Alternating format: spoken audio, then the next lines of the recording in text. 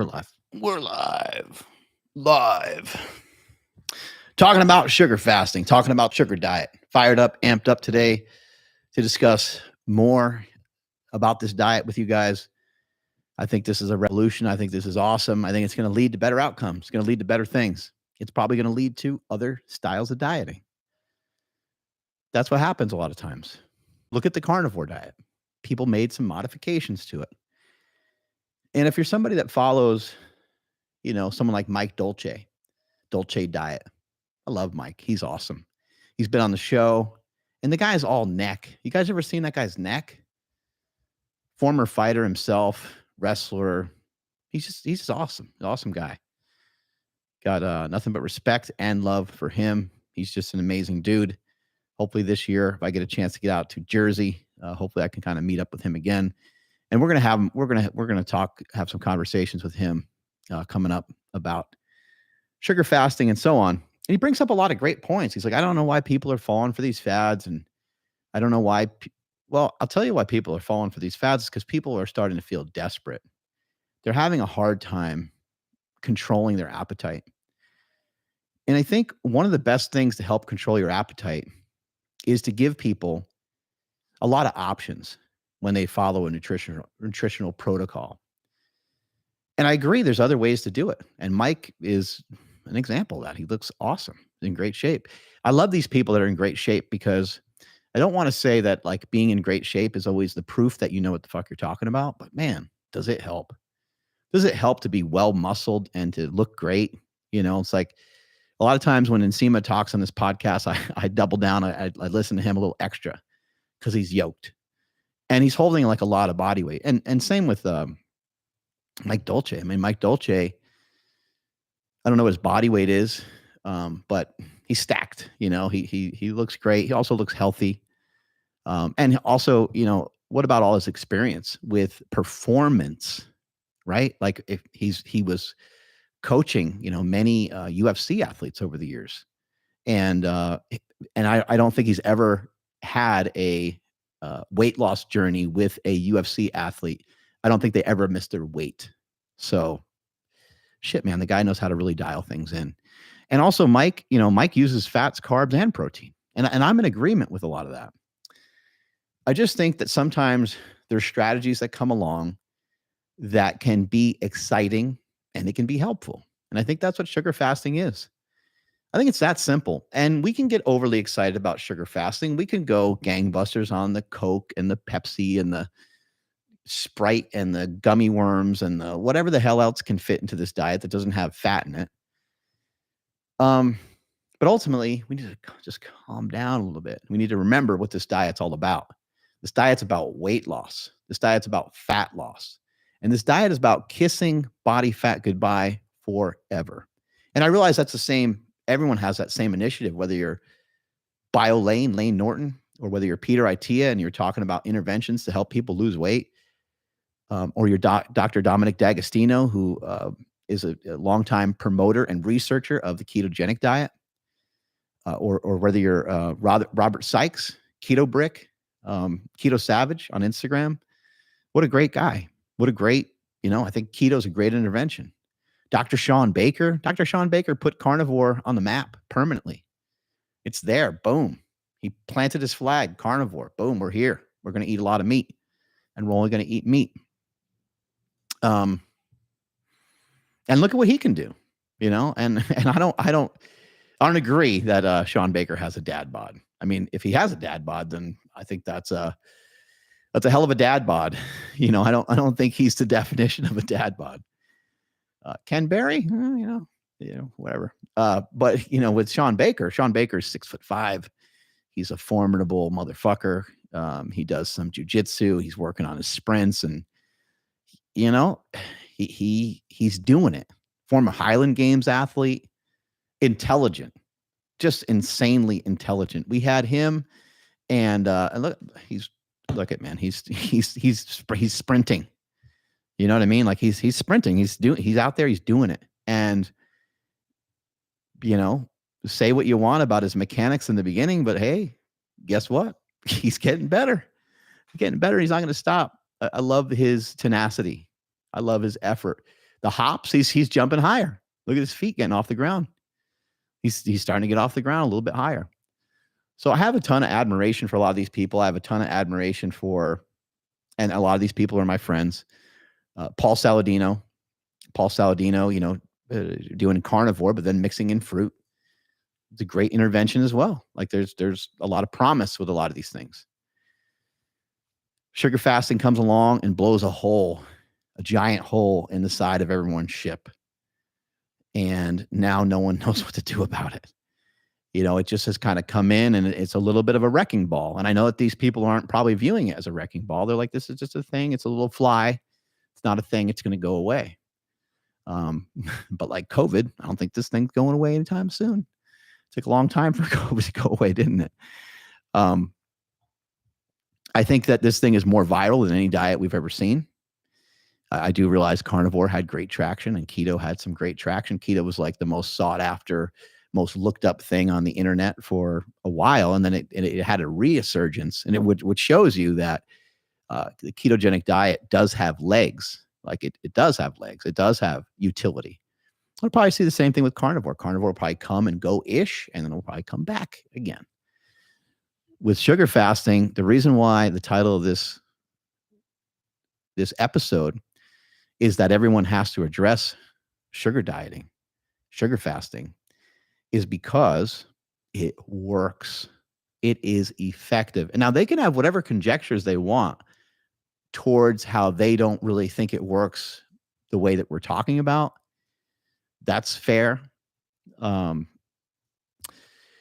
I don't know why they would say that, though. If you just look at the comments section, there's people that are ripping through this thing like crazy. There are people that are having negative side effects as well.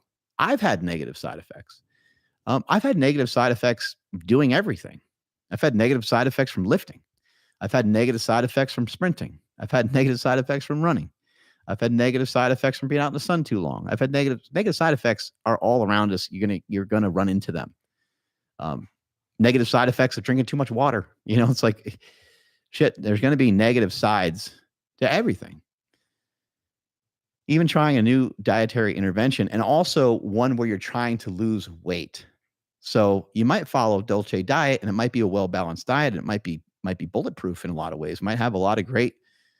It might be awesome. And I don't know why you would feel bad doing Mike's diet. However, if you're after weight loss or after, a particular amount of weight loss in a particular amount of time, you still may end up feeling like shit.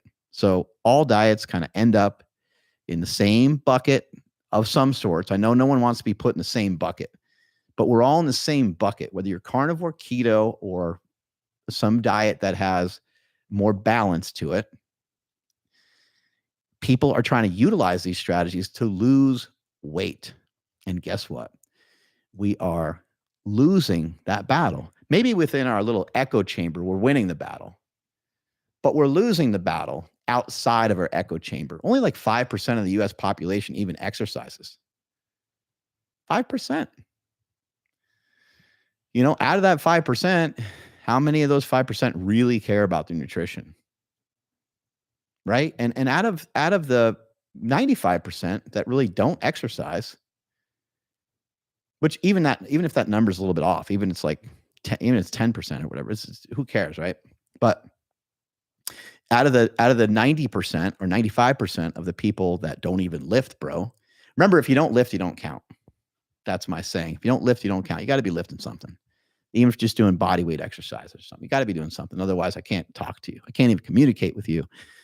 If you hug somebody and they don't have good spinal erectors, just never talk to them again. That's the way I'm viewing this from now on. Got new standards around here. But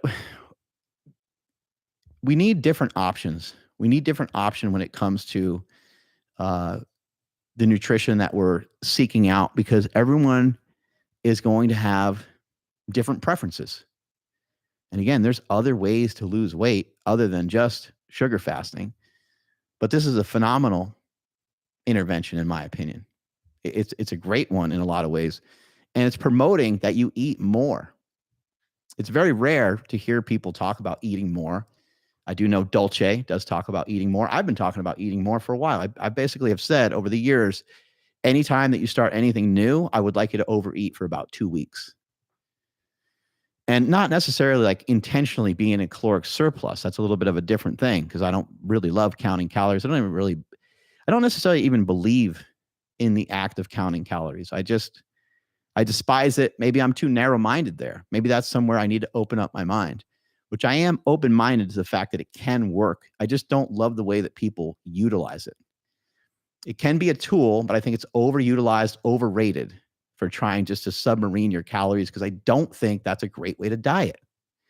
I know that it's a way to diet. I'm not denying that piece. I'm not denying that if you had 400 calories a day, you're going to lose weight. I will not deny that. I'm not saying that calories don't count. And just because I don't count them doesn't mean they don't count. They certainly do count. I get it. But I just think we're hyper-focused on some of the wrong things. And when people are really trying to lose weight, we're all in this weight loss bucket together. And there's a lot of people that are doing carnivore that are struggling to lose weight. There's a lot of people that are doing keto that are struggling to lose weight. There's a lot of people that are counting their calories every day. Trust me, I know hundreds. I know hundreds of people. I mean, I guess I do like indirectly know thousands of people that do this. But if you're a guy, I already know your diet. I already know it. I don't have to look at your macros. I don't have to look at anything. You have 2,000 calories a day. You approximately eat 180 to 210 grams of protein a day. You are having 200 to 300 grams of carbs a day. And the rest is coming from fat, whatever makes up the rest of the calories on that, 75 grams of fat, 100 grams of fat, whatever that is. And you're making zero progress. Then every once in a while, summer starts to come along or something like that, and you want to rip your shirt off and you're trying to like lower your calories. Now, where do you go?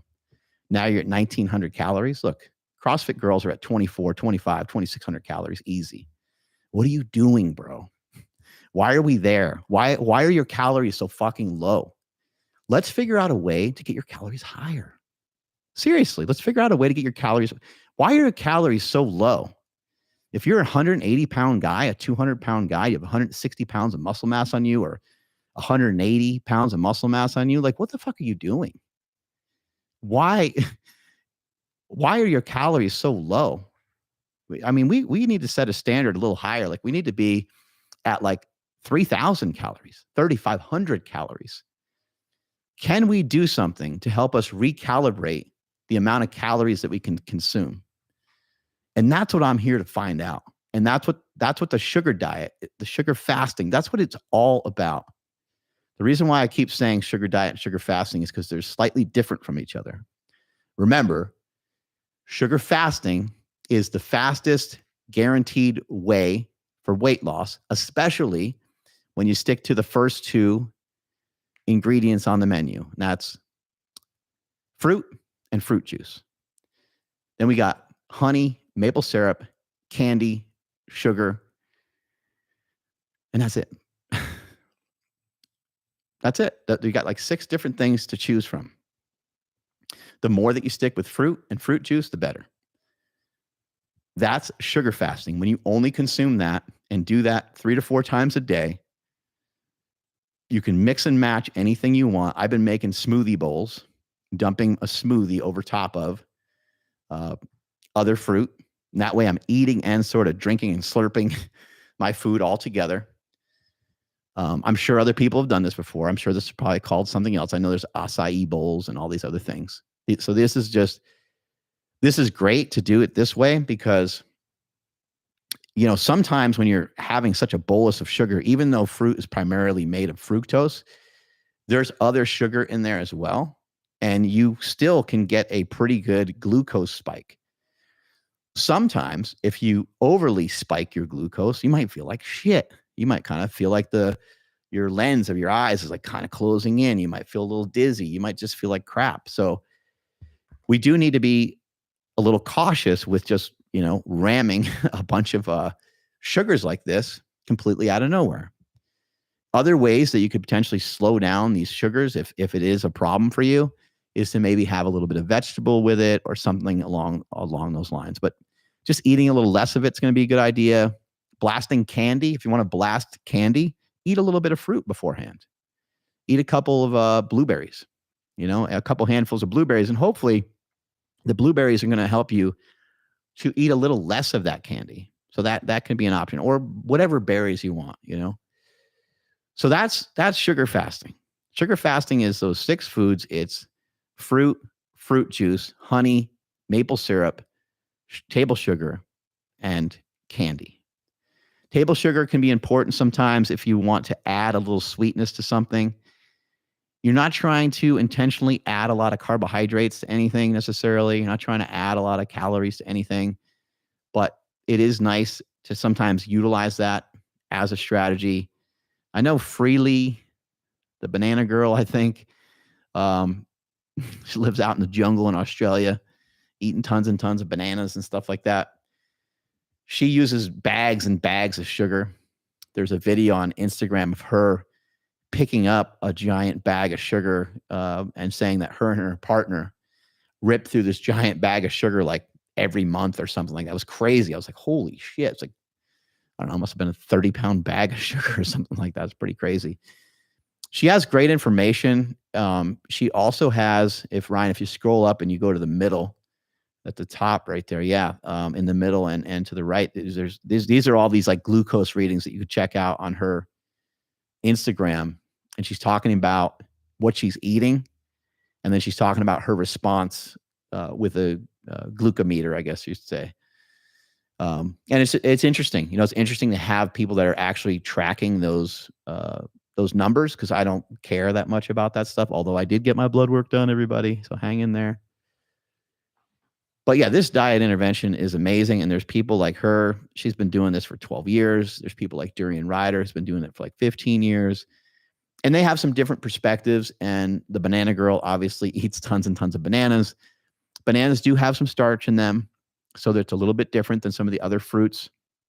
I believe dates may also have some starch in them. Dates also have allulose, which is kind of interesting too. Dates are just rocking. They're really good. But some people claim that you can kind of overdo the dates. Some people claim you can overdo the banana.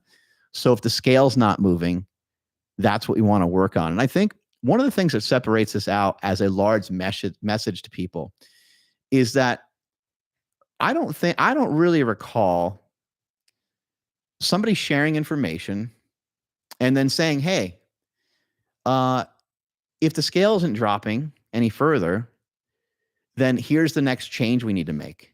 The only time I've really seen that is with like direct bodybuilding coaching. And I could be wrong. There could be somebody on YouTube who's been doing this forever, who's been doing this for a long time, but I'm unaware. I don't know who's doing it. It's almost like a giant ass Weight Watchers meeting that Cole Robinson is conducting when he does his sermons, let's call them, on YouTube. And if you're not following Snake Wizard Diet, you need to be. Cole is I know people claim it came from other places, and I don't think Cole cares to claim that he invented it, but he did. He coined it, right? It's either him or me, because like he brought it to everyone's attention. He kind of came up with the formula, okay? And then I'm just making it more popular. So I don't want to take credit for it in that way. But Cole Robinson coined this dietary intervention that we're now calling the sugar fasting experiment, because it's an experiment on a lot of people. And when the experiment goes awry every once in a while, where someone starts to introduce starches and they eat like a potato or they eat some rice while they're sugar fasting, and they're no longer getting the weight loss results. Remember, this is a weight loss intervention. And because it's an intervention and it's a weight loss intervention, we need the scale to go down. It's rules number 1, 2, and 3 of sugar fasting, is that the scale needs to go down. The scale has to go down. If the scale's not going down, we need to troubleshoot. Now, the scale might go down every day for 10 days, and then it might slow down, right? Like that's obvious. I'm not talking about the scale going down significantly every single day in perpetuity. That's probably next to impossible. But for some people, it should go down 2 to 3 pounds a day for maybe a whole week. That's what some people that I'm seeing are experiencing. Some people are losing 7, 8, 12, 14 pounds in the course of like a week. Now, how long is that going to happen for? I don't know. It might happen for a week. It might happen for 2 weeks. A pound a day has been a pound a day has not been rare on sugar fasting. And that lasting over the course of 30 days has not been rare either. There's been a bunch of people who haven't even sugar fasted for a whole 30 days, and they still lost 30 pounds.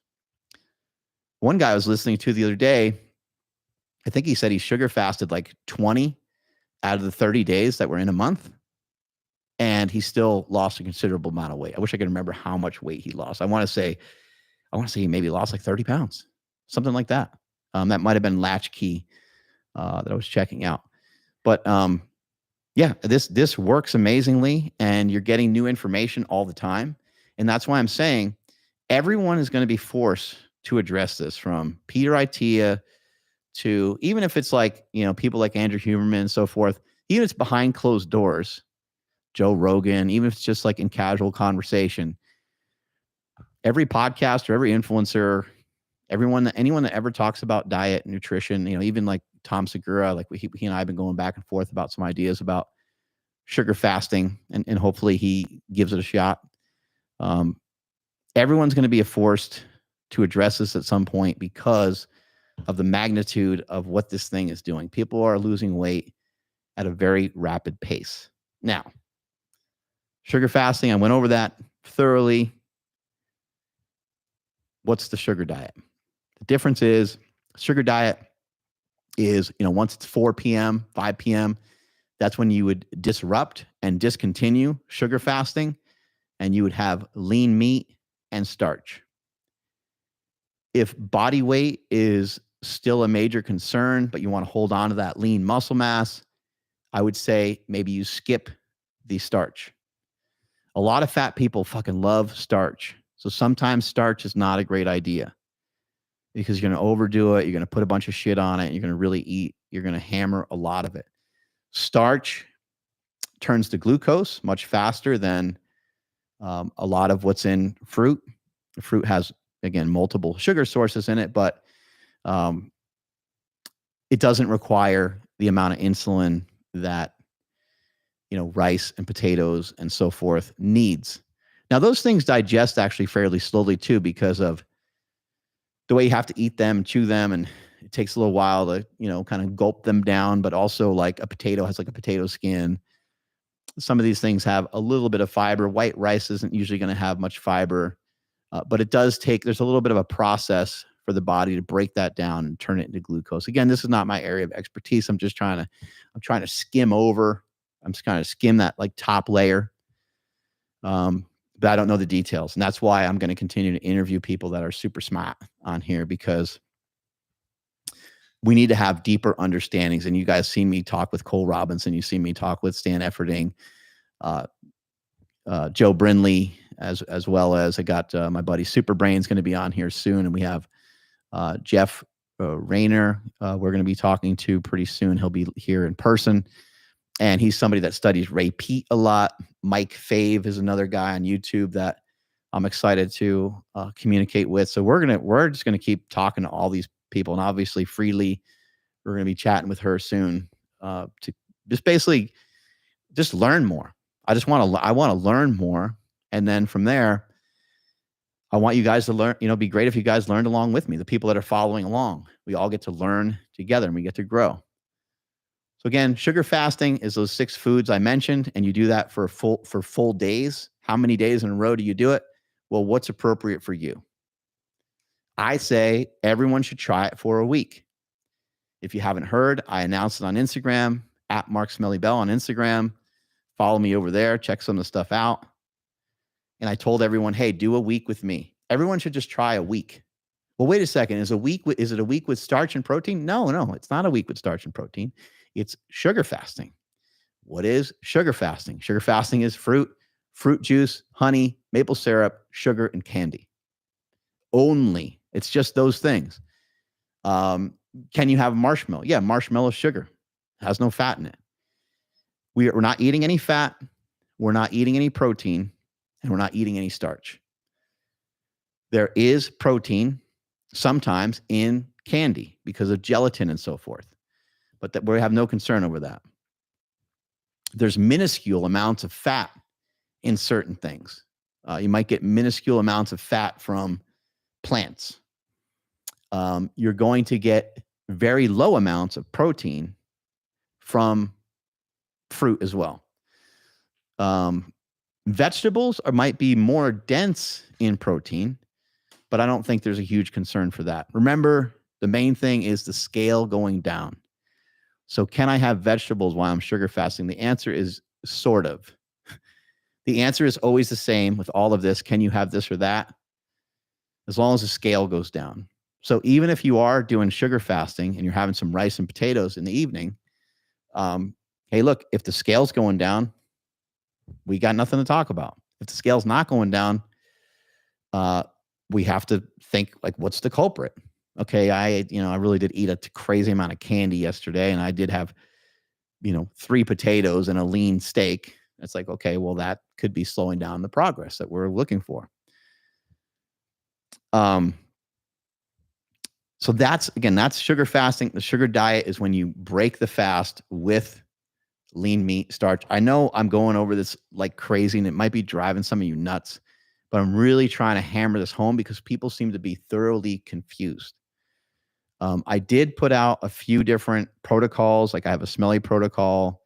I have Smelly protocol 1.5 and 2.5. And they're basically, it's just every 1.5 days, you break the sugar fast with introducing lean meat and starch. The other one is Smelly protocol 2.5, which is the same fucking thing. It's just an extra day in there. So it's every 2.5 days, you're going to be doing that. And I try to put it in my story as much as I can. I send it to people as much as I can. I'm not sure if you click on my story, if it'd be there, because I think I posted it like yesterday, but it comes and goes in the story. We probably need to save it in the story somewhere, so that way I think there's a way to like have a thingy on there. But anyway, if we can, let's maybe start getting to some questions. Let's see if we have some questions live here on the YouTube or some questions that from Instagram. Yeah, question number 1 is from Melissa Dawn. It says, how would this work for someone on a GLP-1? I think it has potential to work great, especially when people are taking something like retatrutide. Retatrutide seems to have some pretty good impact on the liver. I realize that not everyone knows what that is, but hey, look it up. As far as the other GLP-1s, I don't see why it would hurt anything. What I would suggest is that I think, in my opinion, just try it. Like, just try it for like a week. But I also think that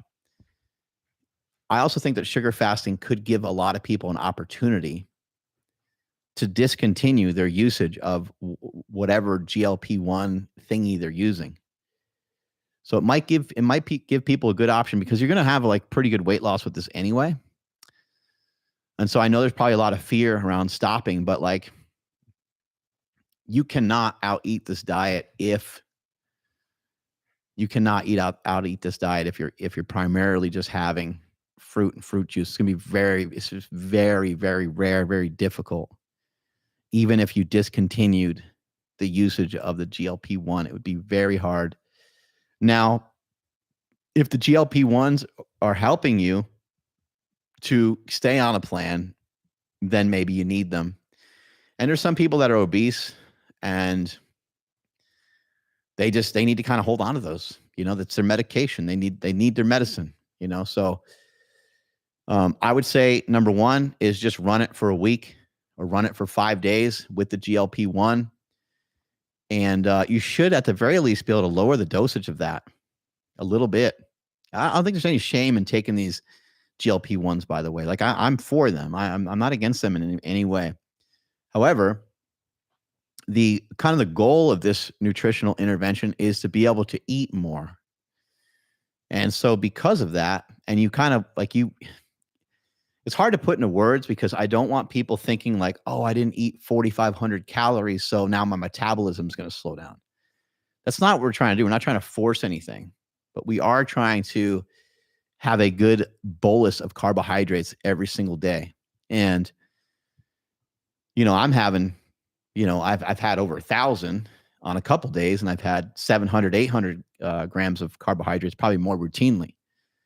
And it's a lot, but the more that I lean into that and the more that I eat, it seems like the leaner I get and the more weight loss I have, especially when I'm sticking to the fruit and sticking to the fruit juice. So hopefully that helps answer your question. If we got another one, let's hit it up. Yeah, Matt Gerard wants to know, is berberine helpful on this diet? I think berberine is pretty innocent. It's a glucose disposal agent.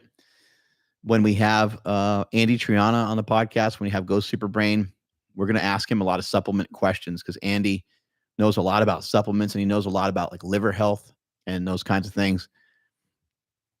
I think, again, what I would say is just try it for a week. Try sugar fasting for a week. And there's probably no reason to use berberine right off the bat. Like, let your body do its own shit. If you do want a glucose disposal agent, utilize some cinnamon, utilize some vinegar. I put balsamic vinegar on cherry. What the hell are those things called? Sweet cherry tomatoes, I think they're called. It's unbelievable. It's so damn good. I can't even describe it to you how good it is. But balsamic vinegar, not balsamic vinaigrette that has a bunch of other shit in it, just balsamic vinegar. Apple cider vinegar is another great option. Sometimes I'll throw apple cider vinegar into my smoothies. And some people might be like, oh, it's gross. But I just put like a little tiny bit in there, like a teaspoon. Apple cider vinegar is another great glucose disposal agent. And then, of course, we can't forget about cinnamon. So cinnamon has a lot of multiple benefits and stuff like that. So if you're going to, I would say like let your body do its natural thing mainly, but using some of these kitchen items I think can be helpful. Something I want to mention on the side, which I have not mentioned much of, is like, I would say throw like a little dash of salt into your smoothies and stuff like that. Not a lot. Like, I mean, take a pinch of salt and just chuck it in there because we're kind of, and this is going to be talked about with Superbrain thoroughly because he knows a ton about hydration, but we're kind of covering the side of hydration that's more potassium based. And that's great, but we're not really doing much with the sodium, and there's a good balance between the two. So we don't want the potassium hiked up like so insanely high and have the sodium be low. We want to at least bring it up a little bit, and that should help with further hydration. It also should help with cravings. If you're topped off on sweets and salt, the cravings should be way less. And hydration and water. And so do not forget to drink your water on this diet, which can happen because you're like eating watermelon and shit like that. Don't forget your hydration and don't forget your water because the water is going to help you naturally clear your glucose as well. The Rehab DC says, I'm gassy as all get out. Some bloating. Do I replace some fibrous fruits with honey and syrup? I mean, yeah, just some straight sugar water, like from Men in Black. Throw down some sugar water is easy, and you mix it. That's what Freely does. She does that like a bunch of times a day. She throws some sugar in her smoothies and stuff. I know a lot of people are having gas, and I don't want to like blame you for it, but when we haven't thrown anything else into our stomach in a while, and we start eating these simple sugars with fiber. Yeah, here's the clip right here. This is amazing. Maybe you can play it.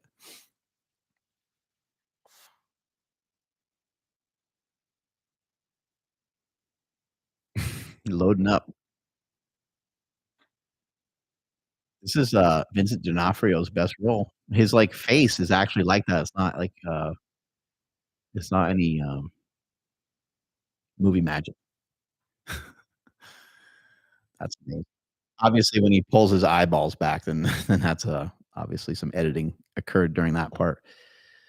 But yeah, people are having bloating, and I don't really want to like just blame people and be like it's your fault because you haven't been eating other stuff. The main thing I want to concentrate on is that you're having a negative reaction. The negative reaction is probably simply because you're not used to some of what you're eating, or you're not used to the amount of what you're eating. Juice is a great option. Apple juice, orange juice, find a juice that like kind of agrees with your stomach, agrees with your body. Pineapple juice. Some people are talking about tart cherry juice. Somebody sent me a picture of tart cherry juice and apple juice combined. That sounds like pretty awesome. So find a juice that you're comfortable with, that tastes good. And usually those things should digest pretty good. Now, if you start to drink a bunch of them and you haven't done that in a long time, probably going to be running to the bathroom. Tons of potassium in there. And when we have electrolyte shifts, you can have disaster pants. But what I would recommend is some smoothies, some fruit. Try the smoothie bowl that I made. I mixed up a bunch of mangoes and some orange juice and dumped it over some blueberries and some cherries, and it was just absolutely amazing. The other thing that people do when they have stomach issues, what you do with like a little kid, or what you do with elderly, is you just give them one.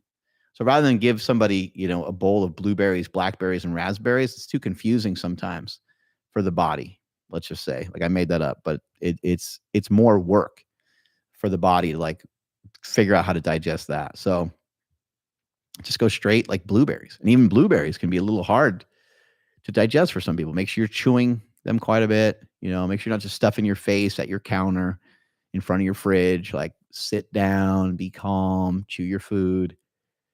All these things, you shouldn't really be getting bloated from this. Like, I can have like a giant smoothie and I'm not getting, my stomach was way more distended with meat and stuff like that than with the fruit, but everyone's a little different. So I'm not trying to give you shit on that, but the best way to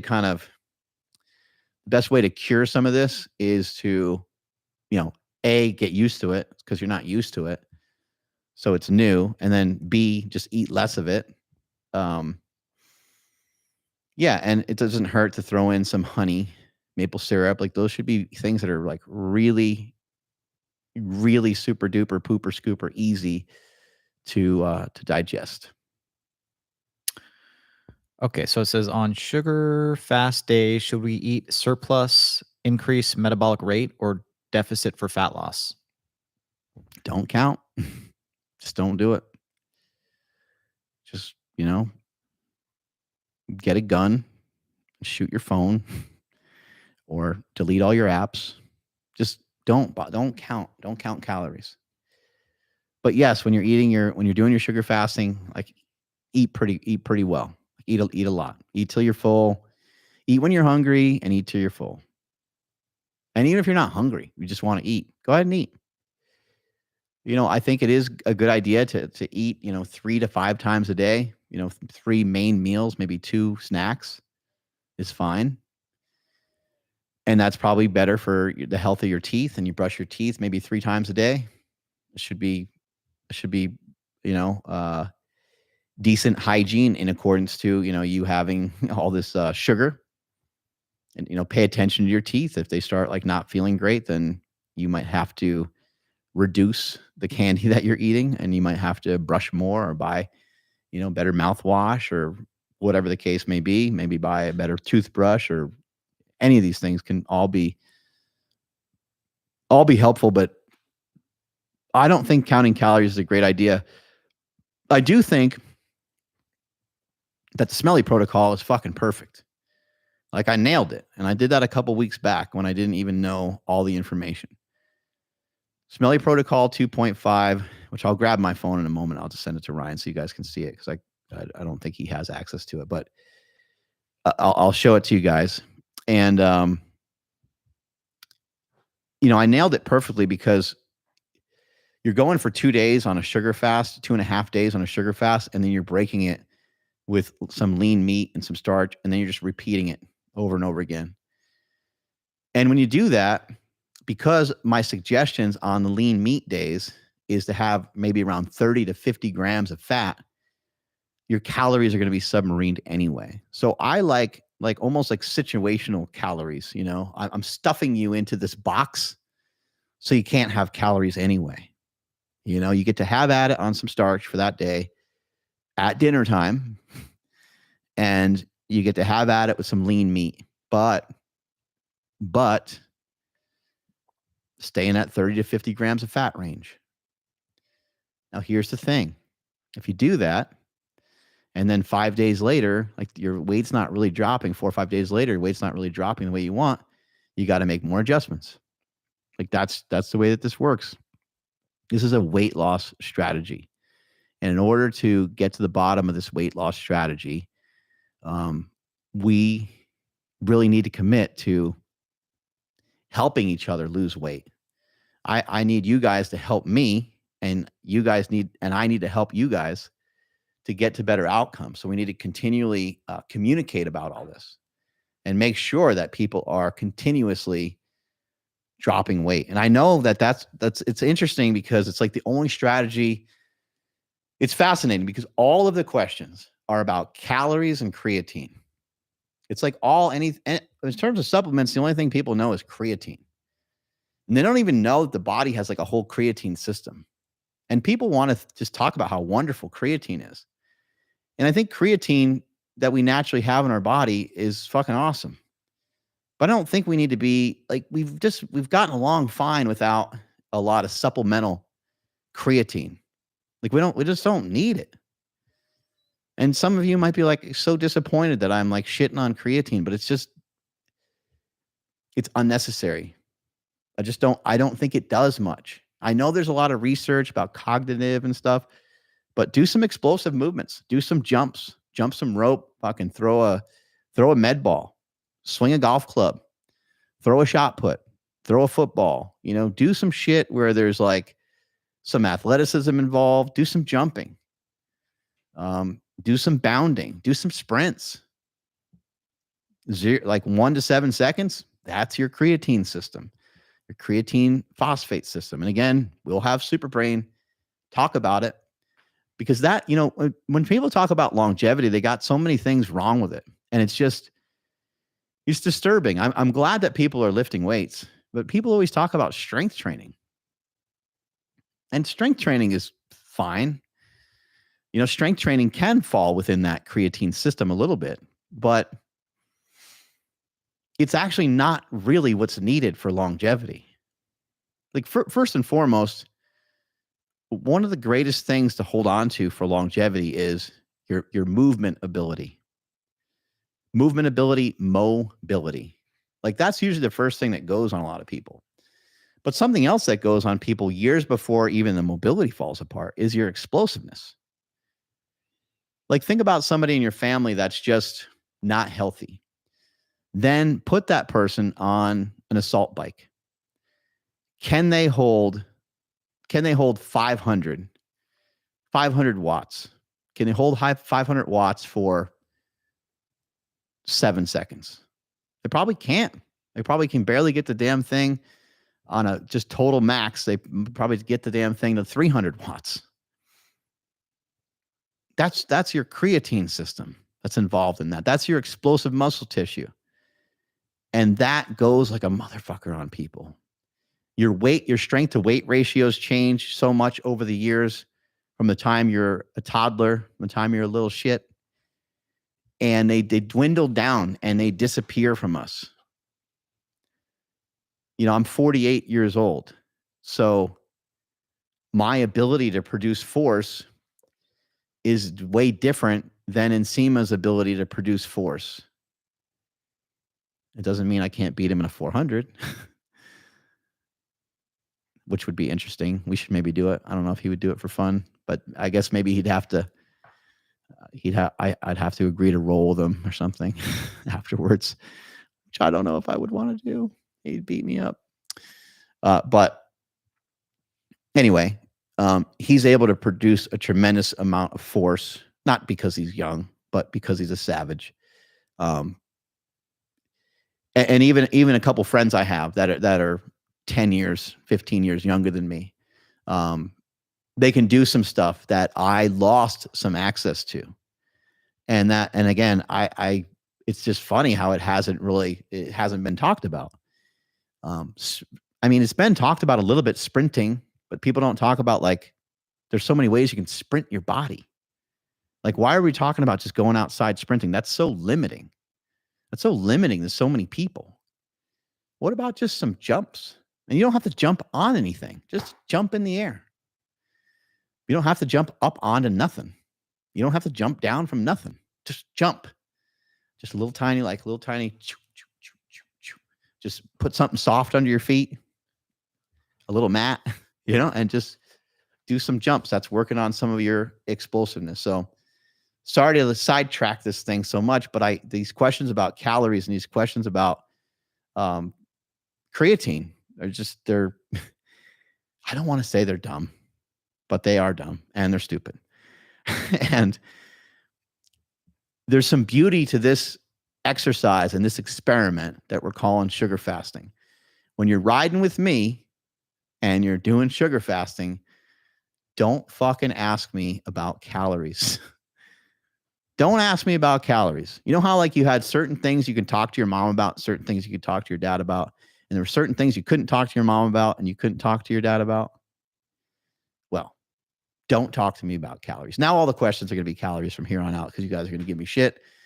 But we don't need to calculate them. We don't need to weigh our food. We simply do not need to worry about them at all. It's just the wrong way of looking at things. You're looking at things through this like microscope. And then I think your head is down and you're missing the big picture. Like, I want to lose weight. I want to lose weight. I want to lose weight. And all this other stuff is going right past you that you're missing. That would really, really help a lot with your weight loss. And you're not paying attention to it because you're honed in on trying to submarine your calories, which is submarining your metabolism over time if you do it for a long time.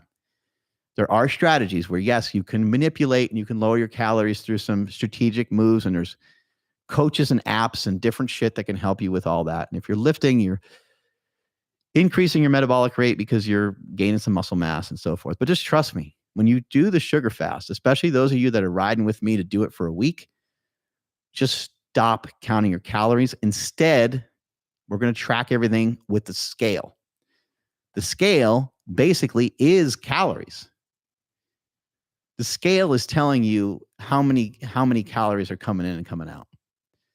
Because if the scale goes down, by definition, you are in a caloric deficit. By definition, if the scale is going up, you are in a caloric surplus. That's the research that we have for now. That's the definitions that we have for now. So we have to roll with that. But that doesn't then mean to sit here and track every calorie that goes in. It's just a waste of time. Just like you've heard Lane Norton talk about how he thinks it's a waste of time to try to track the calories out because it's so inaccurate. Same fucking thing. Tracking your calories is a very inaccurate practice. It's a bullshit practice. It's dumb. It's stupid. It can work for people. I still understand it can work for people. And I'm not denying it. But the percentage off that it can be is too great. Blueberries from a store, I don't know, a pound of blueberries from the store. How much can they vary in calories? Well, you get to have 15% leeway on the labels that you put. So there's a 15% variance already from one company to another. Then from there, we also have different sweetness. When was it picked? Where was it picked? What time of year? Holy shit. Have you ever had blueberries that have almost no flavor? They have less calories than blueberries that have flavor. The sweeter the juice, the sweeter the berry. The sweeter the berry is, the more calories it has. The more carbohydrates it has, the more sugar it has, the more ripe that it is. Look at a banana. Bananas are the craziest thing on this planet, pretty much. They're so weird. But a banana is green, and it has virtually hardly any carbohydrates in it. It has virtually any sugars in it. It has hardly any sugars in it when it's green. And then it turns like yellowish, and it starts to have sugar in it. And then it starts to turn almost brownish, and it has even more sugar in it. Ron Penna fell victim to this exact thing when he tried to put prebiotic fibers. He tried to put prebiotic fibers in Quest bars, and he had some people that had bad reactions to it with a glucometer, checking their glucose. He said, this is impossible. We tested these all the time. What happened is as the product sat on the shelf, because he was using chicory root, as the product sat on the shelf for a little bit longer period of time, it basically, it grew to have sugar in it while it was just sitting there in the wrapper, because that's what can happen with chicory root, which is a prebiotic fiber normally.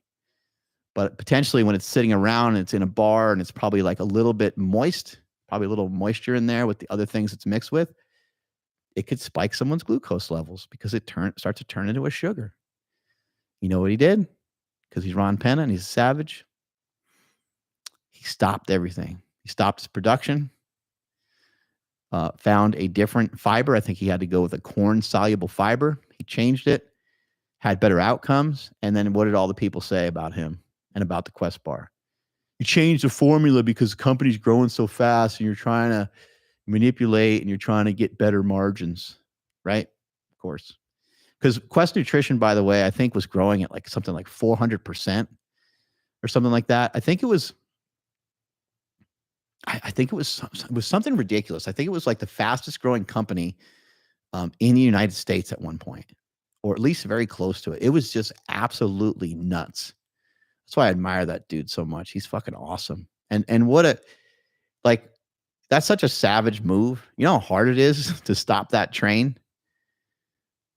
That's a big deal. That's a big deal to pump the brakes on an entire company and say, hey, hold on a second, let's find a different ingredient.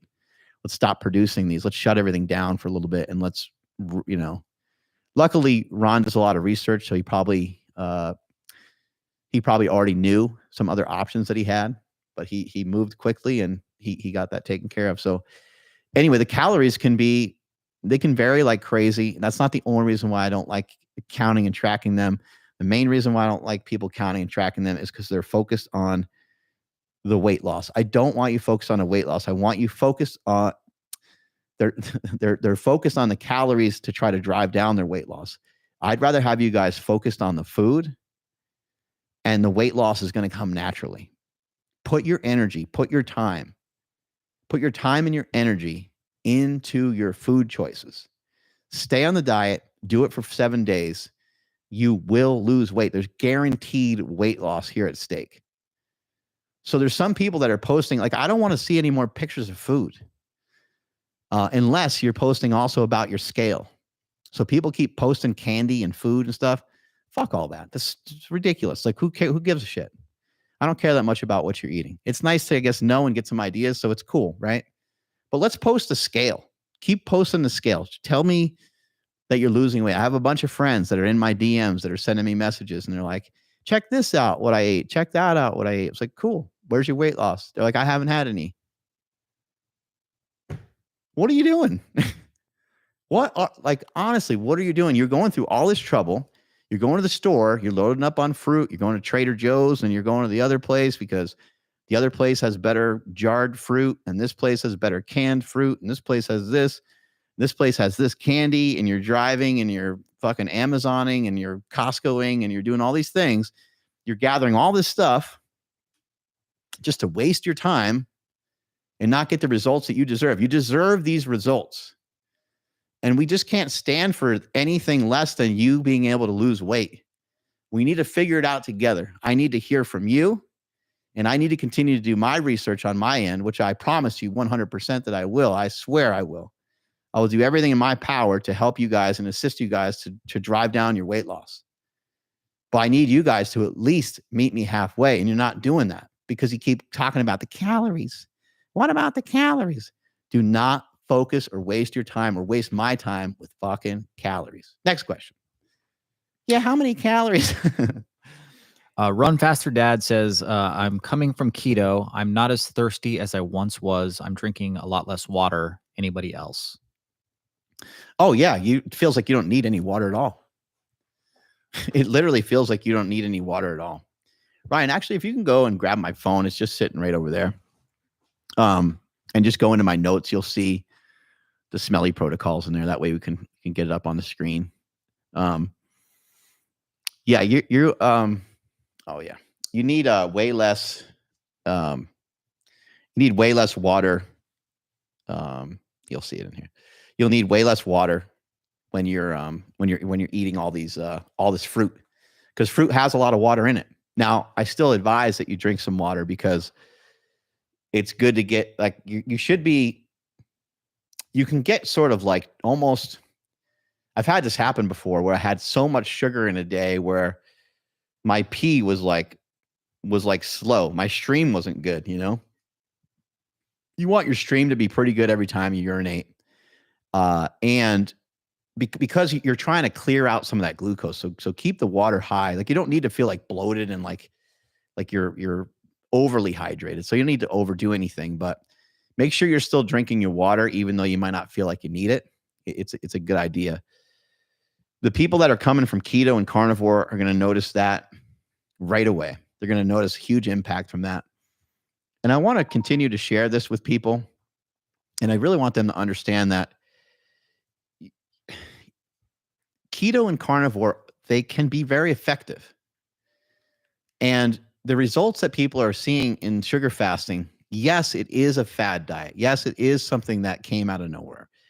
And yes, the results are new. And yes, the results will dissipate for some people. Some people, like, after they've been doing this for 3 months, the results are going to dissipate. They're not going to disappear, though. They're going to dissipate. The results are going to be a little bit less. Okay? That's going to happen. But guess what? That happens on all diets. And there was a point where I was 330 pounds. And the intervention that I used was paleo. And when I was doing paleo, I had some stuff that, wasn't probably super paleo in the plan, because it didn't bother my stomach. I read the book from Paleo Solution from Rob Wolf. Rob Wolf, shout out to him. He's a savage. Love the guy. I followed the protocol best I could, but pretty much every night I had dark chocolate, and I had, along with dark chocolate, I also had a perfect bar. Peanut butter or almond, perfect bar. And I would consume the perfect bar with like half or quarter of a dark chocolate bar. And holy shit, was that fucking good. That was such a beautiful snack to have. And I did that with paleo. So I did paleo throughout the whole day. And then I ate a little bit more carbohydrate at night because I felt comfortable with that. I was aware of John Kiefer's information about carbohydrate backloading, and I didn't dirty backload like he recommended. I clean backloaded. And I ate a little bit more carbohydrate in the evening. And it was like potatoes and rice and things that I felt were good for me. And again, not everything was directly out of the Paleo Solution, because I didn't feel I had the same problems that Rob Wolf may have had. But I followed, 90% of it or something like that. My point here being, like, that was like the simplest diet. I mean, that diet falls in line with the vertical diet. That diet falls in line with almost like Mediterranean. That diet falls in line with what someone would consider good balanced nutrition. I had fruit, I had vegetables, I had starches. Falls in line with Mike Dolce's diet. Like, it falls in line with any diet that's well balanced and has a lot of variety. Well, why am I doing that right now? Well, I could be doing that right now because I could just like kind of eat whatever way I want. And I'm going to stay well under 230 pounds, well under 220 pounds. I guess at this point. But no, I'm still trying to improve. I want to be leaner, and I want to weigh around 200 pounds, and I want to live the rest of my life out in that range. And probably at some point in my life, I'll say I want to weigh 180. I don't know what's appropriate for my height. I think I used to be a little closer to 6 foot. I'm probably closer to 5'10" now. Maybe, who knows? Maybe even shorter. I don't know. Might have compacted myself down into being 5'7" or something. I don't know. Shrinking. Everything's shrinking over here. Everything's shrinking. Can I get a hey now? Well, I guess you're not going to get a hey now from shrinkage, right? You'd get a hey now if you went in the opposite direction of that. But anyway, we'll have to figure that out on a different day. But yeah, that protocol of doing paleo took me from 330 down to around 270. So I lost a tremendous amount of weight, 60 pounds or so. I wouldn't recommend that to a lot of people now, especially because I had a little bit of freedom, because I used to have a cheat day and things like that. And I had to learn. I had to really, really learn. I had to learn to put the governor on. I had to learn to pump the brakes. I had to learn how to not binge. And, speaking of the easiest dietary intervention of all time, you know what most people need in this country, more so than a diet and more so than a GLP-1? What people need more than anything is not to binge. How do you not binge? Right? How do you just not binge? And if you had, and that might be someone like Mike Dolce's point or Stan Efferding's point, you might be a little less likely to binge on some of the plans that those guys prescribe to people because there's not a lot of, you're just not so restricted from certain foods. Whereas if you're keto and you're I'm going to cheat, what are you going to cheat with? You're going to cheat with a crazy amount of sugar, right? You're going to cheat with a crazy amount of carbohydrate because you're not normally allowed to have it. It's taboo on the keto diet, right? Same thing with carnivore. And I think that's where a lot of the problems arise is a lot of people can't follow those fucking diets. There's a ton of people that can. I was one of them. I followed it. It helped me. I got in good shape. Mainly with keto, as I mentioned before, and also with some alterations to the carnivore diet. As I mentioned many times while doing carnivore, that I was more meat-based. I mentioned that a million times. And I ate fruit, and I also lowered my fat tremendously. So anyway, the diet that I needed to get started is a little different than the diet I need today. I'm also looking for performance. I really want to have good output.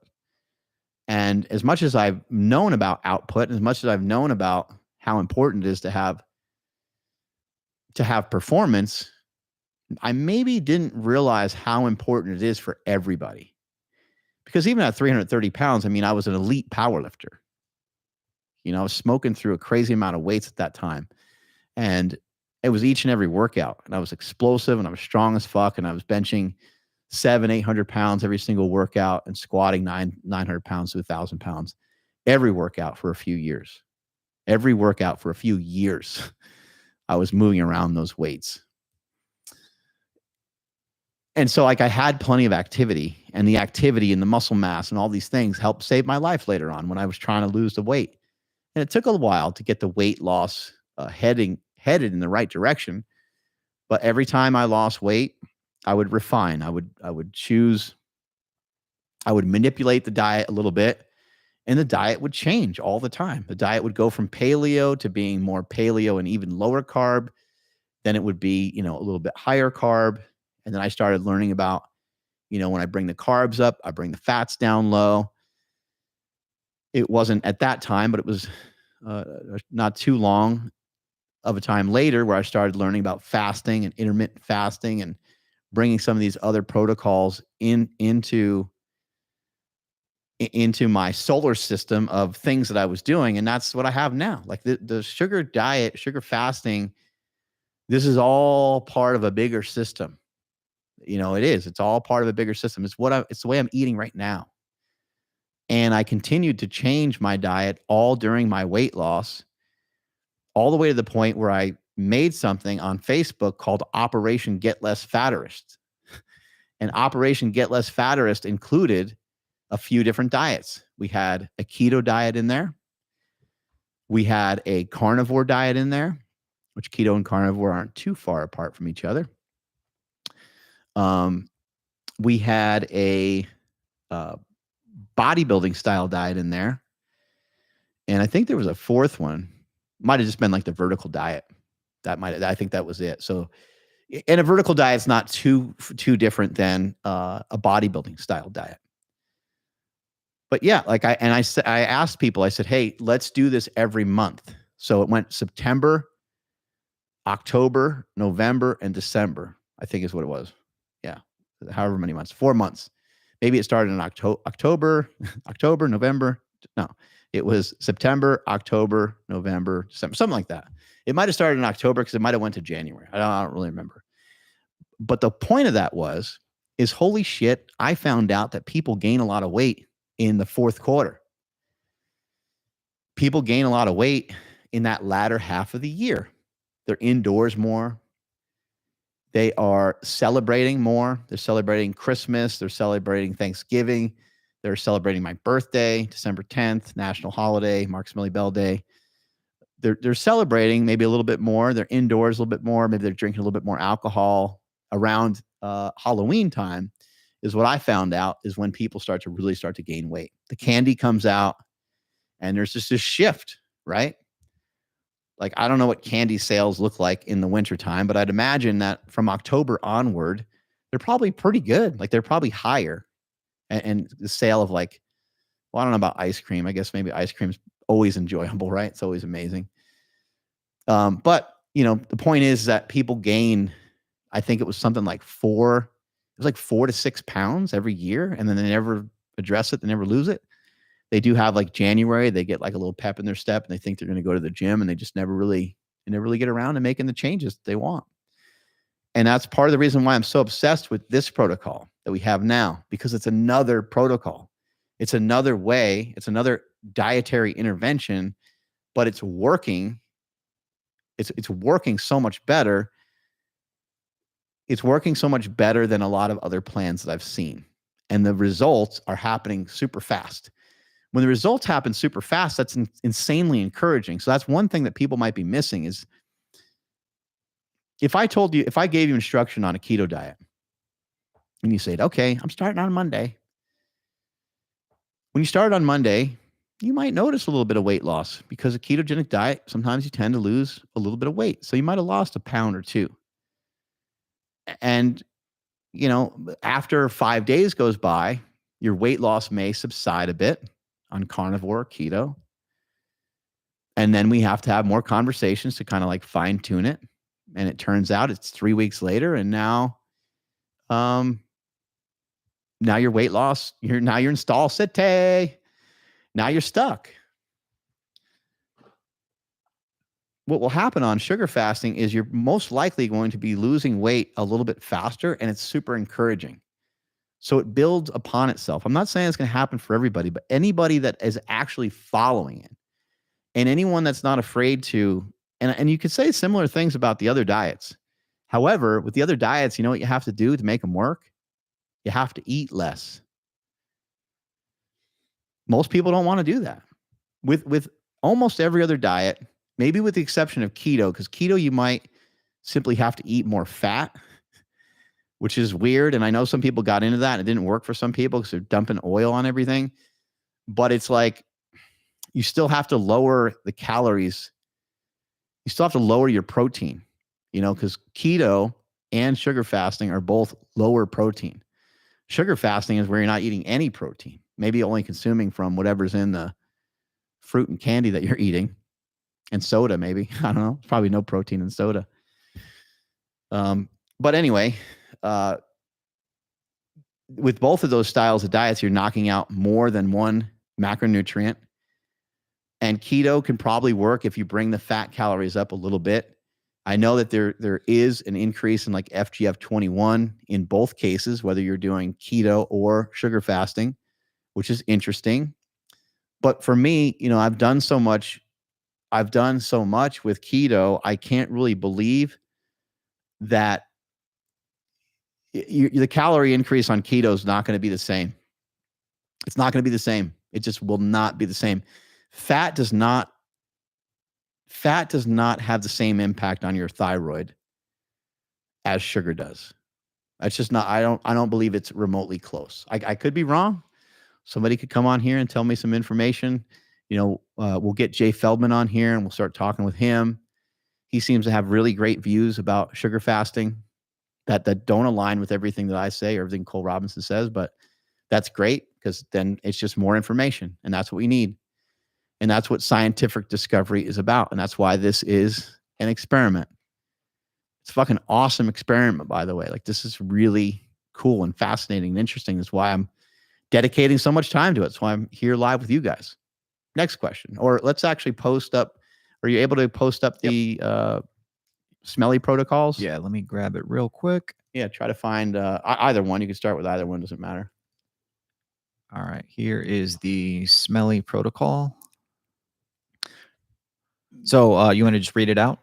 Yeah, sure. So day 1 is a sugar fast. Day 2 is a sugar fast. Day 3 is a sugar fast. And then you reset with lean protein and a starch. Day 4 is a sugar fast. And day 5 is a sugar fast. Day 6 is a fruit fast for breakfast. Then you eat protein, starch, post-workout. Fats are under 50 grams for the day. And then just get in great nutrition. And then day 7 is the same as day 6, or add in a cheat meal, but not if you can't be responsible or with it or without it, leading to a binge. There we go. Yeah, that's it. That's, so guys, girls, screenshot that and give that a try. And that, I think it's pretty aggressive. I think Cole might say, hey, let's not even mess with any starch at all. Like, let's just keep hammering through. And he might have some good points because, again, this is about the scale going down, right? And some people might say, oh, well, I don't want to lose any muscle. Well, here's an option where maybe you can circumvent that. Maybe you can avoid some of that. Maybe just, breaking the sugar fast intentionally twice a week might be fine. Breaking it 3 times a week might be fine. I don't know. We don't know. But we're working on it. And that's why it's an experiment. Definitely don't want anybody losing muscle mass, but I do not feel like I've lost any muscle mass, but my weight loss has been controlled. It's been fairly slow. I did lose 5-6 pounds pretty quick. And now the weight's coming off a little slower. 210, 209. I was 209 this morning. I was 211, or maybe I was 210 yesterday. And so, yeah, now it's starting to come off because I took this week to just flat out do the sugar fast. And on top of just sugar fasting, I'm mainly focusing or only focusing on fruit and fruit juice. I do have some jam. Trying to think if there's anything else infiltrating the diet, but jam. Oh, what was I having the other day? I had some sorbet. I kind of consider that fair game. I consider that still like fruit. But anyway, yeah, that's a Smelly protocol 2.5, I would call it, because it's every 2.5 days. The other thing is that that's designed specifically for people that maybe have a 9 to 5 Monday through Friday. And it gives you an opportunity to get in some awesome nutrition on the weekend. So yeah, I don't have a problem with somebody, going to a restaurant, sit down restaurant, getting a bacon cheeseburger and some French fries. I've got zero problem with that. If you even want to do it on Saturday and Sunday, but look, man, we have to set some rules and some boundaries. We need the scale to go down. So if you hammer some stuff on Saturday and then Sunday turns into a full binge, like it's just not going to work. That's not going to work. What you would have to do to overcorrect that is probably do like 5 days of sugar fasting in a row. And that kind of sucks. I don't want to see you guys end up in that spot. So let's avoid disaster. If there is something you're really craving that you really want, I think you should fucking eat it. I think you should eat it to the point where it doesn't seem like a cheat. I think it should be scheduled. I think once something starts, it's been on my radar for a bit now is pizza. Pizza's been on my radar for a bit. I've been paying attention to that. And I'm like, you know what? On one of these days, on like a Saturday or maybe like, is it this Friday? Maybe it's next Friday. If it's next Friday, then I probably will have some pizza. It's like my daughter's high school graduation. So maybe later on that evening, it sounds like a great day to celebrate, right? Maybe I'll have some pizza and that'll be it, right? So if you can do so responsibly, not a huge deal. If it turns into binging, then I think you got more stuff to still work on. I still would like to see people do cheats, but and maybe this is a different episode of this. Maybe this is a different conversation for a different day. But like, if you cheat, how about you cheat at home? One of the simplest things to have a cheat be like to just turn a cheat, boom, like that, to turn it pretty clean, is to chop out the fat. So let's say that you were dying for a burrito, and I know you can go to Chipotle and you can nickel and dime them over there and you can count your calories and all that kind of stuff. I get it. But you're going to be able to make something way fucking better than what Chipotle has at your own house, especially after you start to learn how to cook for yourself. Get some 93.7 lean ground beef and make a burrito at home and make it awesome. Get some guacamole, get some pico. If you like spicy like me, get some spicy. And then like you just make little changes. Like people always want like this trifecta of fat or this quadruple thing of fat, like where they're getting cheese, sour cream, guacamole, and then the meat itself is fat, right? So now though, we have a really lean source of meat, maybe 93.7 lean ground beef mixed with some 99.1 turkey. And then, buy some fucking tortillas from the store. I bought some Ezekiel ones the other day, and I bought some regular ones just so it's like a little healthier. Who the fuck cares? Not a huge deal. I check the fat content because sometimes tortillas, sometimes they have kind of a lot of fat. It doesn't have to be super low, but just make sure it's not super high. Like there's no reason to have a tortilla that has 10 grams of fat. It's just stupid. What a waste of time. When a regular tortilla that has like 1 or 2 grams of fat is going to taste almost exactly the same. And then instead of sour cream, and I know that this is going to sound like a health nut kind of person, but that's okay. I'm cool with that. Just get some plain fat-free Greek yogurt. And now you just turned your fat into protein.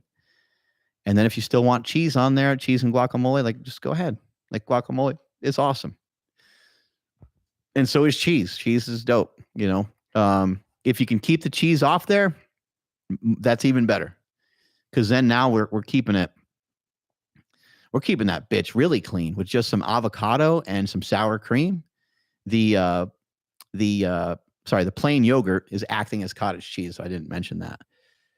And I know some people are gonna be like, that sounds gross to use, Greek yogurt as cottage cheese, but it can be pretty effective. And maybe you don't get the fat free. Maybe get the 2% or something like that. Meet me halfway on that. But when you make stuff at your own house and you sit down, I did this a few weeks ago. I sat down with 2 burritos and went through them. I was like, holy shit, that filled me up pretty good. Waited a half an hour, boom, got back up again and ate 2 more burritos. Sat down. I was like, oh man, I'm pretty stuffed. I'm like, but I want more. And so I went back and I had more. I mean, look, there's no way that was that calorically dense. Like the tortilla is like, I'm getting probably like a decent amount of calories from the tortilla.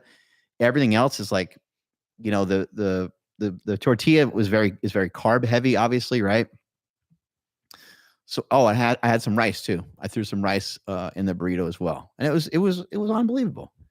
And I should have made some beans because I like beans a lot too. That would have been even better. But next time I do that, I'll eat like that. And so what if I wanted pizza? We were talking about pizza. Well, I just make some pizza at home. Why not I have some sourdough that I get from Costco. It's got like 5 ingredients.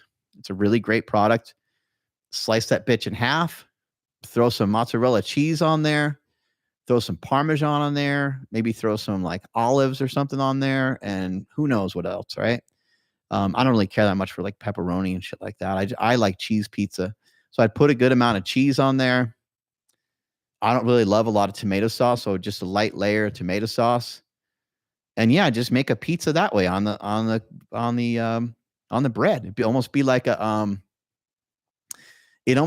chicken parm sandwich without the parm without the chicken. Because yeah, throw some Parmesan, throw some I'll do that probably in a week or so. And even the tomato sauce, it doesn't have to have fat in it. So now we really kept the fat low. So if you're going to be someone that really wants to set up these cheat meals or have an event and have like a cheat day, do it at your own house. And maybe do it with your spouse. Be like, hey, we're going We're going to get after it today. But instead of doing it with meat, because like a lot of times it's just going to be fatty meat almost every single time. I know there's like ice cream and shit like that, and I can't help you there. I can't do anything about your ice cream habit. Although you could potentially go out for frozen yogurt and you can have a blast with that. Go ahead and eat whatever you want. Have frozen yogurt. You're just going to be able to do less damage. As soon as we pull that fat out of there, it's going to be hard to do. It's going to be hard for you to gain, 6 pounds going into the next day, shit like that. Obviously, there's always like water weight shifts and so on. But anyway, give that a shot and everybody see how that works for them. That's what I've been doing. It's not even really a cheat. I'm actually just doing that when I break my sugar fast. That's my lean meat and that's my starch. I did that with pasta a few weeks ago. That was completely unbelievable. And also, too, if you're eating fat and it's only occasionally, something I think I forgot to mention with the Smelly protocol, I can only write so much on there because I was trying to screen capture it to put it in my story. But there's 2 things that are absent from there is that on the days that you break your sugar fast, you can have about 30 to 50 grams of fat, which I mentioned already. But I also forgot to mention that you want to multiply your body weight times 0.5 or so. Or just some sort of guesstimate, like who really gives a fuck about the actual number. But for me, I will have anywhere between 100. What I was doing before, what I was doing before is I was having around 100 to 150 grams of protein. But now what I'm doing is having 150 to 200 grams of protein because I'm eating the protein a little less frequently. Okay, the protein's on the weekends, and the protein is jammed in there also twice during the week. So it's probably, if I'm being realistic, it's probably around 150, maybe 175 is probably where it is. So that's still quite a bit lower than what I was doing previously because I would normally have, 225 to 250 grams of protein a day. So at that style, you're still getting in some fats. And when you do get your fats in, make sure you're getting make the most of it. On that day, that's where you might want to get EPA and DHA from some salmon, or that's where you might want to just have some mackerel, or you might want to have something kind of fatty. And even if you go over your fat calories or your grams or whatever, it's not a huge deal. These are just recommendations. That also is designed for people that like to get after it on the weekend, people that like to train hard. And so Saturday, Sunday on the Smelly Protocol 2.5, it's designed for you to like go fucking kill it. Like go run and lift and then come back to the house and have at it with these magnificent foods, these lean meats and these starches. It's almost like a cheat day. And if you really want to kind of put a punctuation point on it, sure, I guess you could have something else, but a lot of you aren't going to make progress by having something else. So it's not an easy thing to navigate, and it's exciting that you get some of this freedom. But I don't want to put too much restriction on people because then they're going to go the other way. But it's also sometimes hard to communicate because they're trying to communicate to so many people. And remember, the scale's got to go down. Too many of you people are hanging out the same weight that you've been for a long time. And you just been there forever. And you all need to lose 10 or 20 pounds. Like, make it happen. Like, because once you lose 10 or 20, then you can reassess. Then you can say, oh shit, okay, I need to do that again. But you did it already. And you proved to yourself that you know how to do it. So now you get to do it again and again and again. And again, last thing I'll mention on Smelly Protocol 2.5 is for some people that might need to be 3.5. Okay. So as you go through it, or you might need to have Sunday rather than Sunday being the same as Saturday or Saturday being the same as Sunday, you might need to make either one of those days a sugar fast. It's that simple. If you're not losing weight, go more towards a sugar fast. If you're sugar fasting and you're not losing weight, go more towards straight fruit and fruit juice. All right, Smelly Protocol 1.5. Let's bring that one up. I see it right there too. If you can read some of that. This one right here. So it says Monday, sugar fast. Tuesday, sugar fast by day, lean meat and starch by night, fats under 30 for the day. Wednesday is a sugar fast. Thursday is a sugar fast by day, lean meat and starch by night, fats under 30 for the day. Friday's a sugar fast. Saturday's sugar fast until evening, then switch to lean meat and starch. Fats under 50 for the day. Sunday is a sugar fast pre-workout. Then post-workout, you have a starch and protein, fats under 60 for the day. You can continue to eat this way the rest of the day as well. Don't pig out, just good nutrition. And there you go. And it's that simple. So that's like every 1.5 days. Again, I don't love like a schedule. I don't love protocols, but I'm trying just to deliver you guys what you've been asking for. And there's not that many people out there that are like delivering this to people. Now, what I want to make sure doesn't happen is that people go and they like tell on me and they go and they talk with Cole and they're like, well, Mark said, I'm telling you right now, for a lot of people in terms of weight loss, this may not work great for you. The odds of this working for at least half of you is probably very high because you're pulling the fats down. You're pulling the fat calories down. The fat gram recommendations are important. I did say that you can be a little loose with them on the 2.5, Smelly 2.5 program because you're eating fats less often. On this one, you're eating fats a little bit more.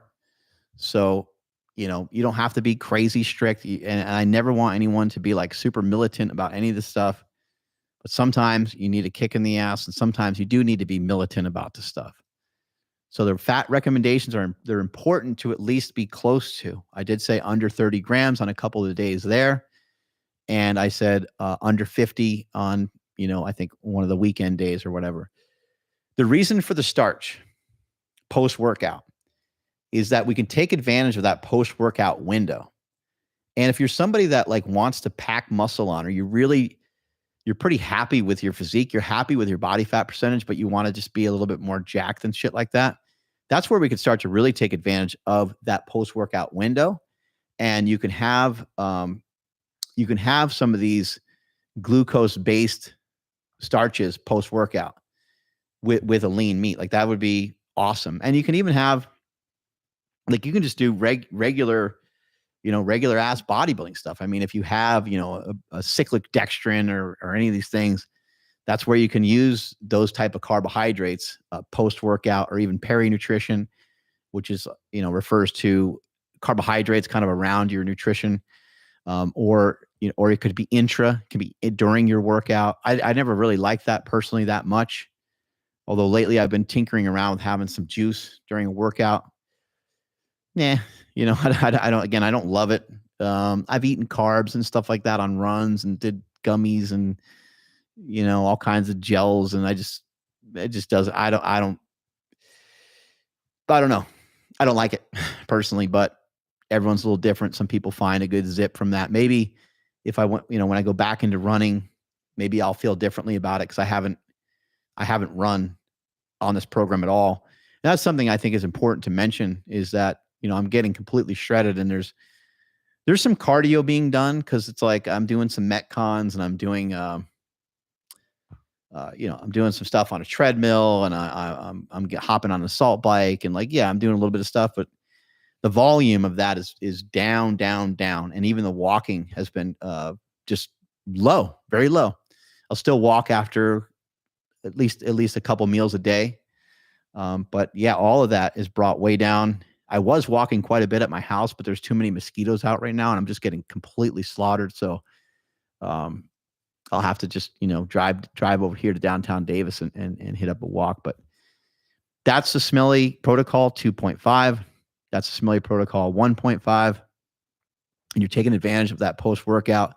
Again, people that want to be more jacked, you could simply just do that every day. After your workout, you can have some starch post-workout, and really fill up those glycogen stores, because the glucose is getting a little bit more into your bloodstream rather than just going to your liver, which that's what fruit's going to do, and fructose is going to do that. So it might be advisable, it might be a good idea for you to have those starches post-workout. It's something that you kind of play around with. Now, in terms of the protein discontinues. The starch does not discontinue your sugar fast. The starch does not discontinue your sugar fast. The protein does. So it just kind of depends on, like, if you work out, I guess what I'm trying to communicate to you is that if you want to continue to sugar fast for the rest of the day, let's say your workout ends at like noon, okay? Your workout ends at noon or 1 or something like that.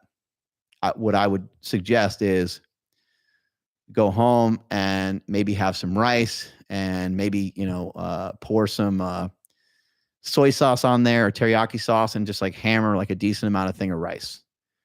And if you want, you could like eat some more fruit. Something like that would work really well to continue your sugar fast. If you didn't care and you just wanted to discontinue the sugar fast, then go ahead and have the protein in there. And then I would just finish the rest of the day with the protein and the starch. But again, we're talking about weight loss and we need the scale to go down. So those of you that really want the scale to go down, the more that you break the sugar fast and the more days you have that aren't full sugar fast, the more likely it is that it's going to be more difficult for you to lose weight. The fastest way and the guaranteed way to lose weight is through sugar fasting. That's fruit and fruit juice. And you put that shit on repeat. If you want to try to you want to try to sweeten things up a little bit, yes, you can add some sugar to some stuff, but I don't think there's any reason to take your sugar and just dump loads and loads of sugar all over everything all the time. Sometimes it's nice to have little bursts of energy. If you're kind of recognizing, like, let's say, you go to make a smoothie in the morning and you kind of recognize, oh shit, all I have is pineapple juice and sugar. And I don't even have any fresh fruit or frozen fruit. You say, shit. If that's the case, then yeah, maybe you dump some sugar in there just so you get like a little extra calories, or take 2-3 scoops of honey. Remember, a scoop of honey, a tablespoon of honey is like 17 grams of sugar. That's a lot. So two of those guys, pre-workout with some apple juice or some pineapple juice or something, man, that's gonna give you you're gonna feel indestructible. Even though it doesn't sound like a lot of food, it's a decent amount of sugar and a decent amount of carbohydrates. Any more questions popping in? Yeah, Girl Trader gave a super chat. She says, how much time between fruit meals and protein does it matter? Can I have them together? You can certainly have them together. There is a little bit of information that people are starting to talk about. I don't want to confuse things too much, but there is some people that are communicating a little bit about maybe you keep the glucose derived starches. Let's just say starches. Maybe you keep the starches and the fruits a little bit away from each other. I don't know how much that matters. With that particular question, I would say it just doesn't matter that much. If you want to be more on the safe side, then I would, have an hour or so in between the two. If we're talking about starting to, mix in the fruits and stuff like that, as well as the lean meat, post workout and starches, I would just let's just make up a number. Like, I'm just gonna make up a number. Just say, like, to be on the safe side, if it's something that you really think is going to be useful for you, then maybe stay, 2 hours apart or something like that. But again, let's go over the scenario of like post-workout. So if it's post-workout, you had your fruits pre-workout, okay, and you had some honey or whatever it was, a smoothie, you go and you train, and it's like, what, 2 hours later by the time you get back home or so, right? And you had a potato with some salt on it or whatever you could put on there to make it awesome, bone broth. I've done that before with potatoes. It's actually really good. And bone broth, by the way, is fair game. Collagen protein, it's doesn't have a lot of isoleucine in it, which we're trying to avoid. That would be a great scenario right there for your post-workout. And remember, heated and cooled potatoes, kind of interesting too. You would be able to eat more if you wanted to. You could probably have almost 2 heated and cooled potatoes because it's going to turn into a resistant starch. It can't just be heated and just cooled down right there in the moment. It has to be heated, and then it has to be in the fridge, I believe, like overnight. something is super interesting because like the sourdough bread that I get, that I order, I think it's called Essentials is the brand. I could be wrong, but it's a Costco brand. It's at Costco. I just ordered on the internet, but this type of bread, yeah, it's sourdough, but it is freezed. You stick it in the freezer, and it comes frozen, which is then, so that's heated and cooled. So that's kind of neat because that should be a resistant starch. And remember, with resistant starches, they kind of magically start to turn into, they magically start to turn into they magically start to have like around 50% less carbohydrates because some of those carbohydrates turn into a prebiotic fiber, which also might be kind of throwing off some of what we're trying to do, but I don't think it does. I think it just gives us the liberty to like eat a little bit more. So, I'm gonna play around with a lot of this stuff, especially as I get leaner. I'm gonna really be messing around with this more and testing it out. So, thank you for the donation and thank you for the question. Who do we got next?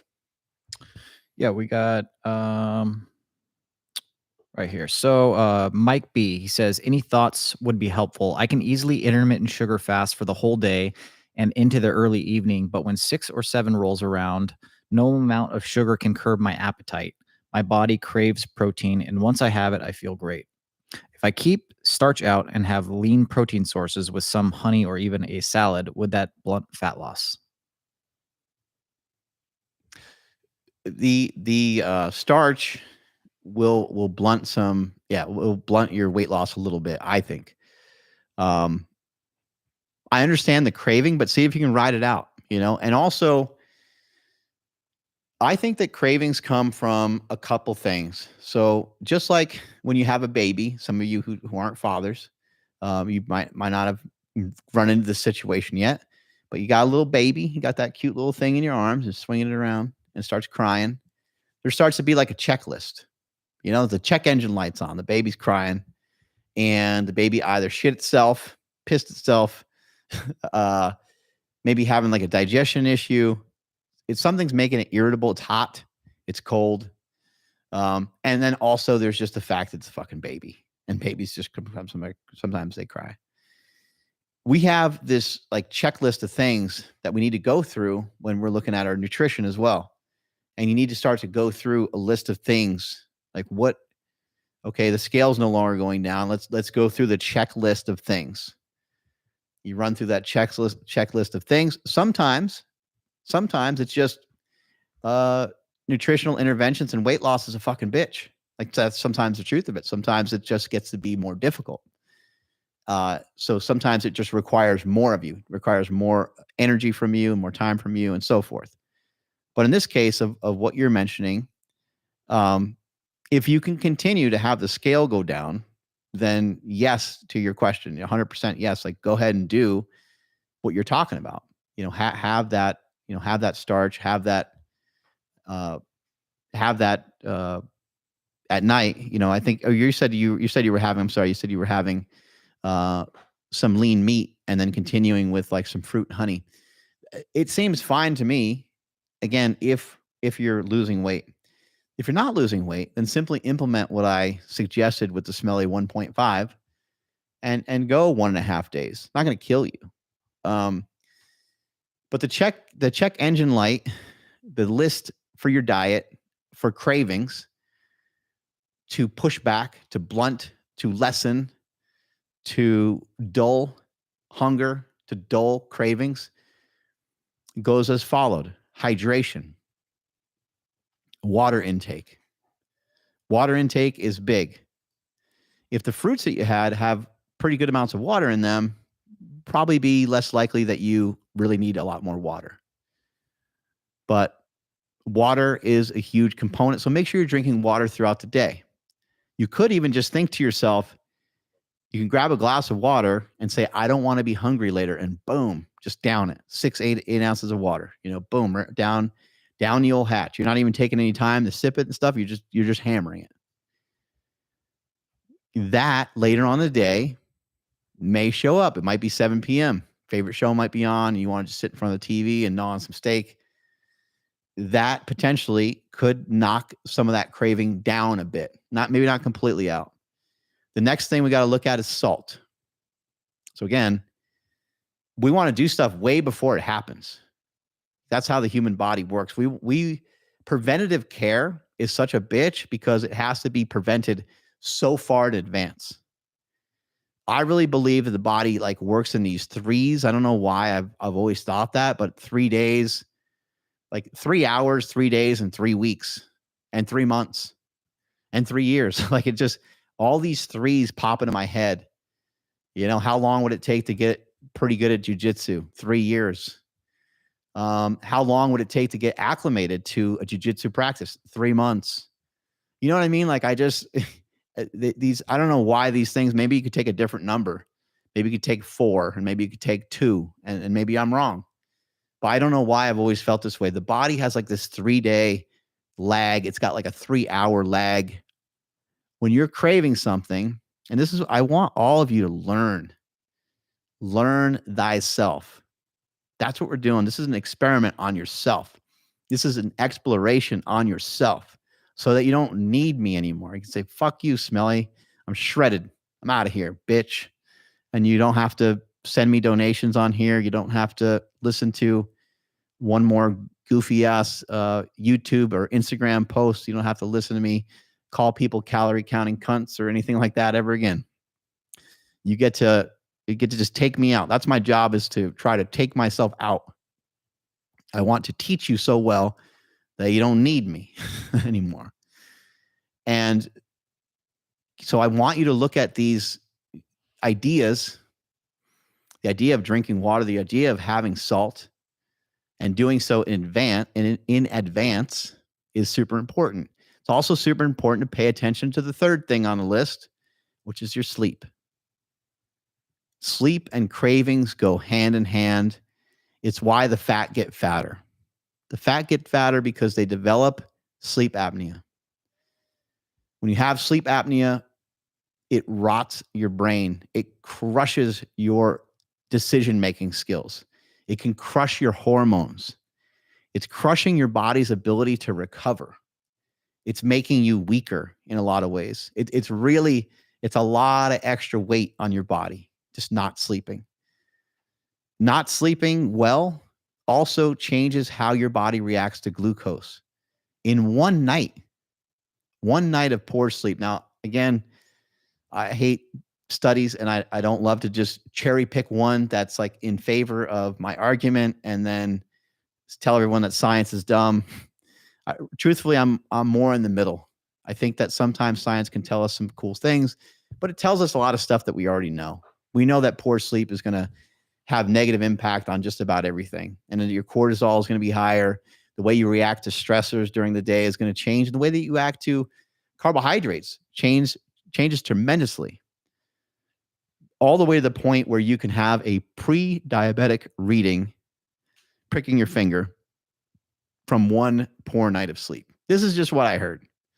I could be off on that, but you get the idea, right? Even if I'm off, even if it's smelly science and I'm off a little bit with that information, maybe Ryan can try to fact check me.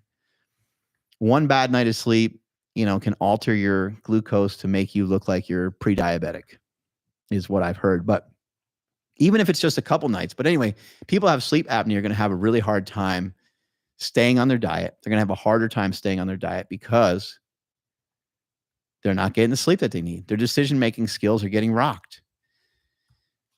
Okay, the fourth thing on our list is appetite. We have to make sure our appetite is helped. And the way you're going to help your appetite is by stuffing yourself. Not overly stuffing yourself, but getting full enough. You should be full enough to where when you're done eating, you feel like you can go on like a light jog, or you feel like you can go on a nice walk on like a treadmill and walk at a decent speed, or you can go outside and walk, or you can chuck a football around. You're not so bloated and so full that you can't move, but it's important that you fill up. And it's important that you get your calories that you need. So I hate calories a lot, but you want to make sure you have enough energy. Let's just leave it there. Energy and carbs, okay? Energy and carbs, energy and sugar. you want to make sure by midday, if you're having 700 carbs a day like me, then at midday, for me personally, it's okay if I'm under a little bit, because I like to eat my calories later, and I don't have the same issue that you're running into with really craving meat. So what I would suggest is the midway point of the day, maybe 3 hours or so, at 4 p.m., hammer a bunch of fruit. Hammer a bunch of fruit. Go and buy already chopped fruit that's, has a bunch of different fruit mixed in there, a bunch of different melons and pineapple or some shit like that, and eat like 1 or 2 of those. Those should like fill you up pretty good. Or if you want something less expensive, then get some canned this and some canned that and open that shit up and dump it into a bowl. It's like they're like $2-3 or something like that. They're very inexpensive. I realized a chopped fruit can be, I was buying some chopped fruit the other day. I was like, what? Like some of the prices were pretty wild. So, in accordance to your finances, like get what you can get and then chow down on that. And that should help. I'm not saying it's going to cure everything for you. It should help a little bit. And don't forget to be, pouring a little bit of salt on some stuff. I'm saying a little bit. We don't need a lot. Dump a little bit in there. It can go a long way. So those are kind of my 4 main things to get you away from, overeating, or not overeating, but just, overeating plays into it too. But that could be a way that you could negate that really strong pull towards that lean meat. And I think it's awesome that people are craving meat. I think it's awesome. I think it's great. I think it's fantastic. But again, we need the scale to go down. So just to flat out answer your question again, yes, you can do whatever you want within the confines of this diet as long as the scale goes down. If the scale's not moving, then move into Smelly 1.5. If the scale still isn't moving, move into Smelly Protocol 2.5. If the scale's not moving at all, move into sugar fasting for 3 days in a row. If the scale is still not going down, move into a full-on 1-week war on your weight loss. And that war would include you sticking to fruit and fruit juice. That's the best fucking way to do it right there. We're an all-out assault to make sure that weight loss is occurring. And we got to say, fuck the candy and fuck the syrup and fuck the honey and whatever else, sugar that we're dumping on stuff. We might have to say, F that for a little while. We might have to put that to the side so we can concentrate and get calibrated towards the goal. And the goal is weight loss. Therite wants to know, how much weight have you lost since you started the diet? I was between like 225 and 222 for the last, and I think I did hit right around 230 for a bit there. So let's just say 225. I'm consistently right around 210 in the morning. So that's 15 pounds. And that is, to me, that's compelling. To me, that's a big deal. Normally, maybe you can do some math here, Ryan. Normally, 15 pounds, 15 times 3,500. 15 times 3,500 is? 15 times 3,500 is 52,500. So in order to lose that weight, according to the current information that we have now about calories, I would have to be absent, over 50,000 calories. And that would suck. That would suck to do that. Now, if we space it out, over like months, right? It's like not that huge of a deal. Which it has taken me some time. This hasn't been insanely fast. The last 5 pounds has been a little quicker because I've been concentrating a little bit more. Month number 1, I didn't even know what I was doing. For the whole month, I didn't know what I was doing. I was just like, I'm sugar fasting. And then Cole and I would go back and forth, and I was learning as I was going. It was new. And I did lose a little bit of weight, but it's super slow.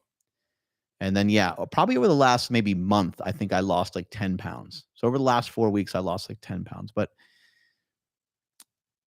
everyone's results are going to be a little different. I will get under 200 pounds, and I'm super excited for it. And I think it's going to happen this month. I didn't feel like I had a strategy before that was going to get me there. I was getting frustrated, to be quite honest. And you guys know, like Ryan and I have been filming these videos about single digit body fat series for a bit. And I think when I started the single digit body fat series, I think I was, right around there, 10% or under 10%, who knows, maybe 11% on some days or some weeks.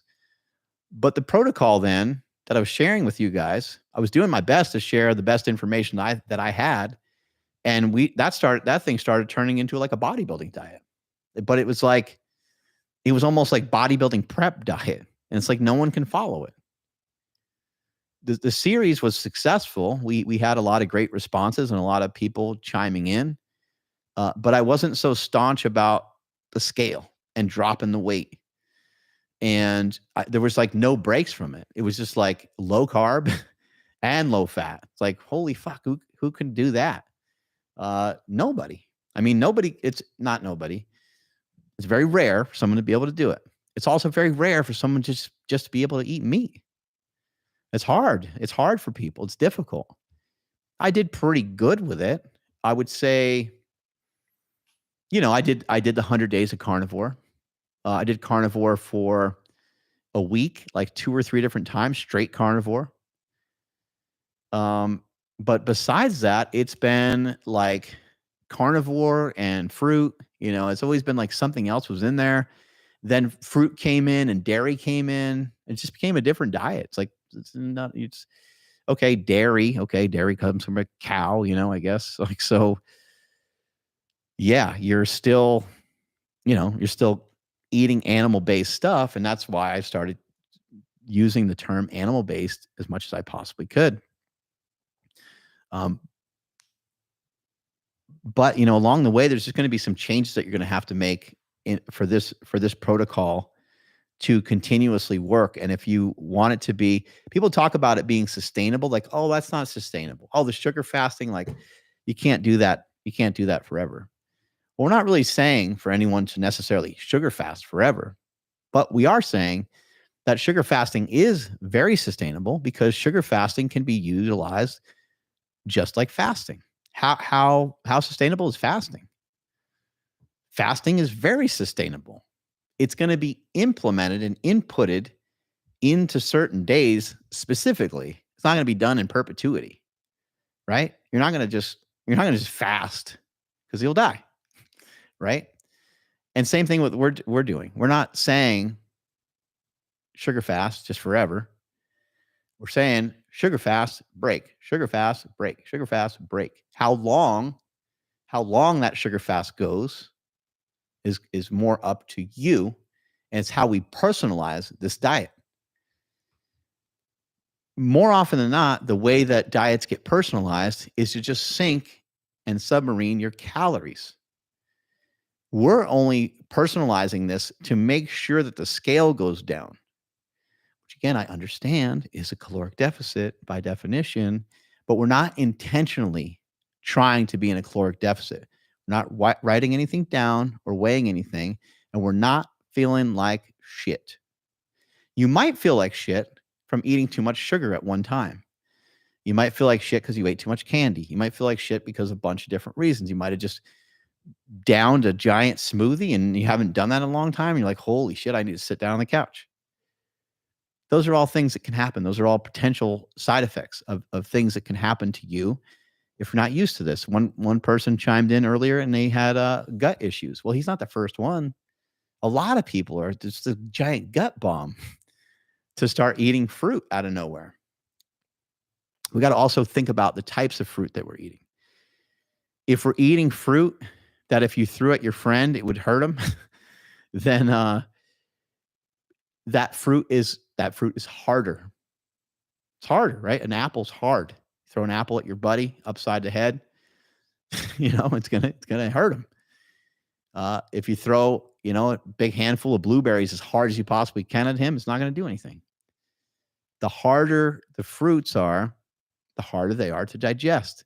Fruit that a blender wouldn't know what to do with, that's the kind of fruit that if you eat too much of it is going to be harder on your stomach. Apples and so forth. And apples are amazing. Apples have like so many great properties to them. But those are things that can, kind of rip apart your stomach. So, be cautious with that. You want the softer stuff. You want what Cole usually refers to as wet fruit. Even like an orange is kind of is a wet fruit because once you cut into it, it's very soft and squishy and watery. What's a wet fruit? Well, anything that you step on that turns into like a bunch of liquid is a wet fruit, grapes and so forth. And so this diet it takes some tweaking. I think all diets take a little tweaking, but this one in particular has a very set path and it has a very set goal. And I think that a lot of people that were doing carnivore, they did try carnivore with weight loss. And there were some people there's a bunch of people that have commented on the sugar fasting videos that we have. And they're like, I was carnivore for 3 years and I lost 100 pounds and I kept it off. Absolutely amazing. That's what I love to hear. I don't care how you did it. I'm happy for you. I'm excited for you. Mark Smelly Bell, this guy over here. When it's all said and done, when I get to that 200-pound mark, after this has been a long journey, it'll be 130 pounds down the tubes. 130 pounds down the tubes. 130 pounds off of my body. And it's been a long ass journey. But I'm going to continue to utilize sugar fasting techniques and methods even long after. Why wouldn't I continue to use them? Some people are like, what diet are you going to switch to? Well, why would I switch to anything else when this is so effective?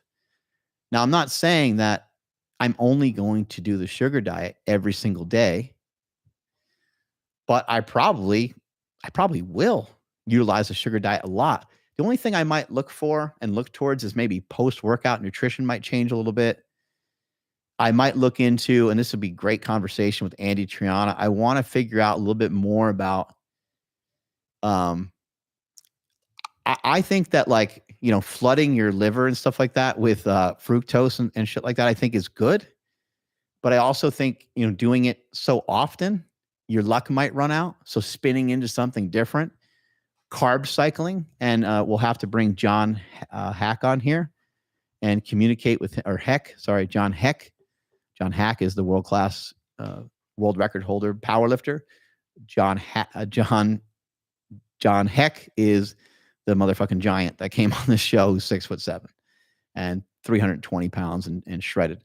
But John really loves carb cycling. And that's what he and I are going to work on together. We're going to work on some macro cycling. And that's where a lot of this started, was my communication with John. John told me, he left me a voice note. I still have it. I saved it. He liked the idea of keto, and we were going back and forth about ketoing on this day and a little bit more carbs on this day. And he said, you know what?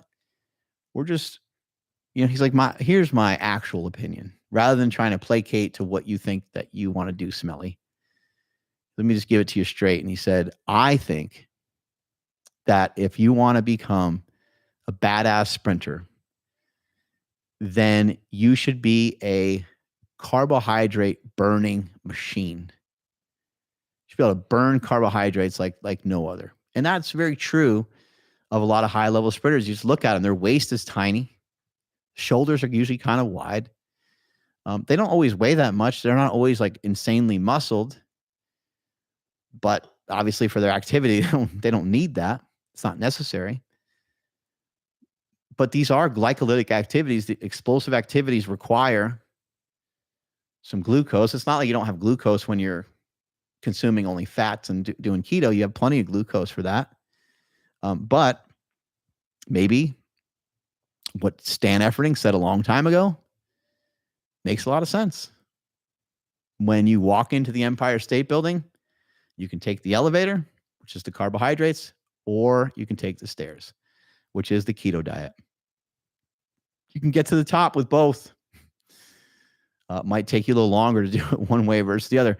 And on that subject, I do want to say, in the comments, and anytime, anytime you can think of, if you lose track of this video, DM me on Instagram and send me your ketogenic champions.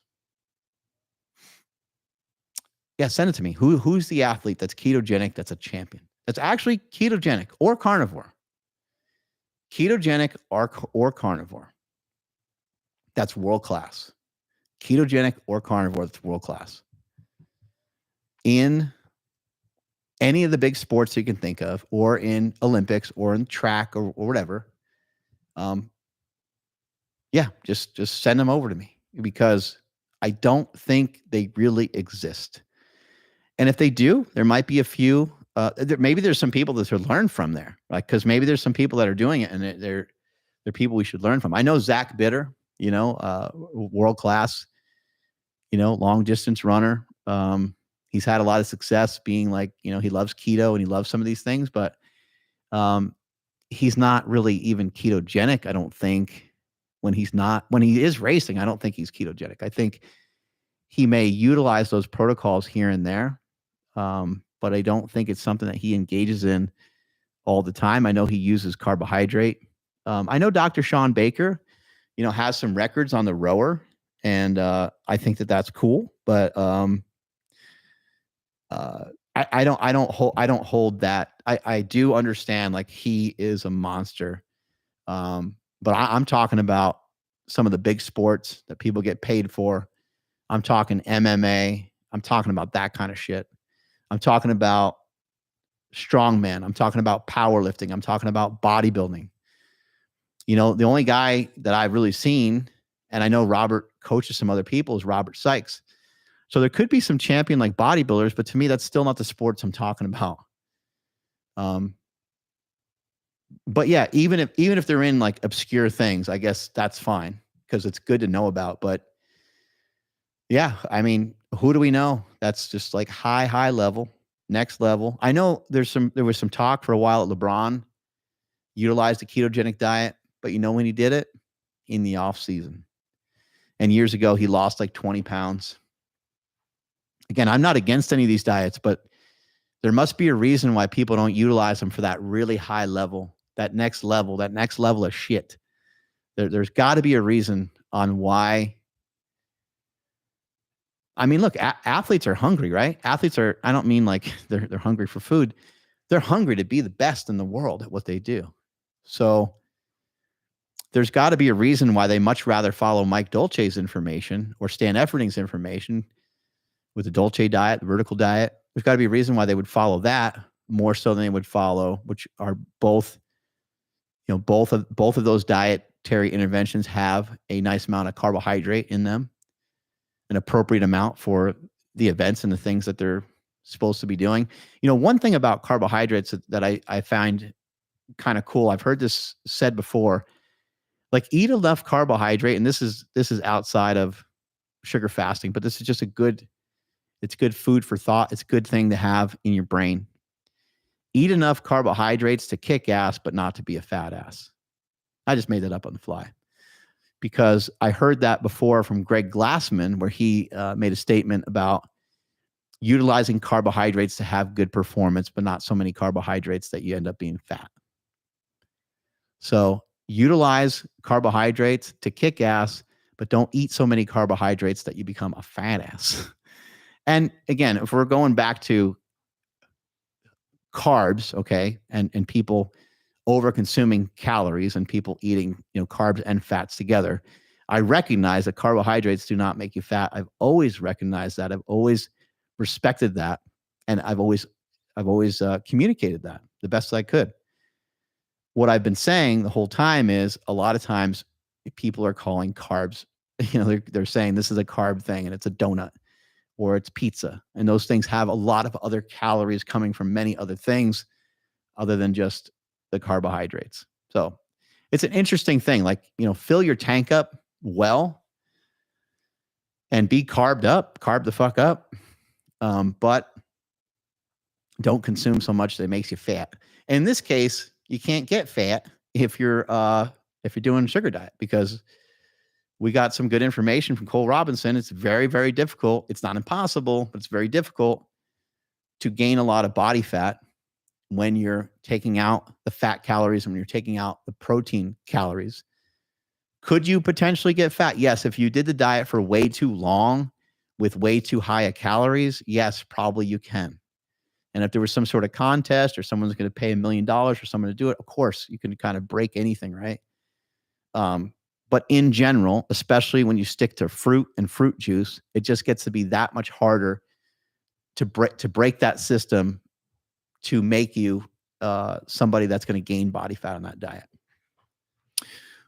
Justin Smith wants to know, if you sugar fast for a couple of days, can you immediately go back into carnivore and vice versa? 100%. If that's what you like, then I encourage that. Remember, the scale's got to drop. I don't see good reason to be carnivore. From a nutritional standpoint, I don't see a good reason for it. And from a lifestyle perspective, I don't see good reason for it. It is a nice way to bring some fats in, because you could have some eggs and you can have some ribeye and you can have some fish, and like you could really have a nice day of meat. But I don't think there's any reason to. I guess I could say, like, if you enjoy eating that way, like what pops in my head, and the way I would handle that is, if I wanted to do that because it's just something I like to do, then I would be keto carnivore. I would probably stay more. I'd probably just be keto, period, because I like the fact that on a keto diet, there's a little bit more wiggle. In keto diet, like, you can eat a chocolate bar on a keto diet. Like, so I recognize that sugar fasting has some restrictions to it, but I think the restrictions are warranted. The restrictions with the carnivore diet, I don't think exist for any reason other than to say you're carnivore, with the exception of some people that have fixed some autoimmune diseases that they have and have fixed some issues with their skin.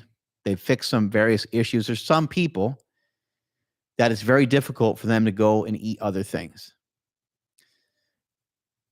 At the same time, what I would say is, why can't you eat other what's going on?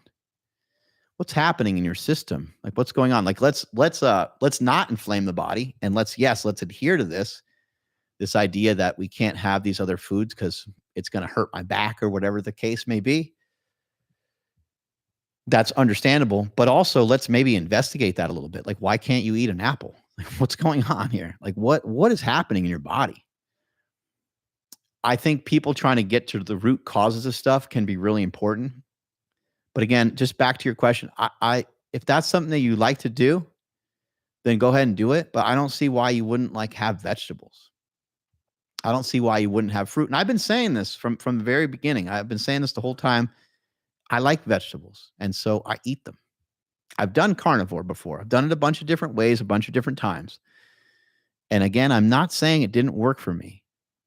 What I am saying is, what I learned doing it for 100 days straight and being strict on it, eating eggs and bacon and steak, a bunch of different kinds of steak, a bunch of different kinds of meat, everything from salmon to filet mignon to ribeye to New York strips, everything, every which way you can kind of think of. I carnivored my way through it.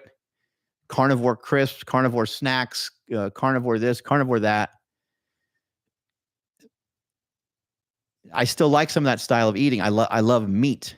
I guess let's say that way. Like, I love meat. I don't necessarily care that much about carnivore. I love meat. I like meat a lot. I like it so much that I even turned it into a shake. I made the steak shake. I made the total carnivore steak shake. That's how much I love meat. But I don't believe in this tribalism of being a carnivore. I think it's cool that there's a community. I think it's cool that there's people conveying messages and sharing information and Ryan did a good job of bringing up the Total Carnivore right here on the screen so you can see it from Within You brand. Still support, still go buy that stuff. You guys have been gracious with buying my products over the years from Slingshot and buying my products over the years from Within You brand. So thank you, everybody. I really appreciate all of you so much. I still utilize these products. It's just for now, I'm utilizing them less because I'm not eating as much protein. There's some days that I'm not eating any protein.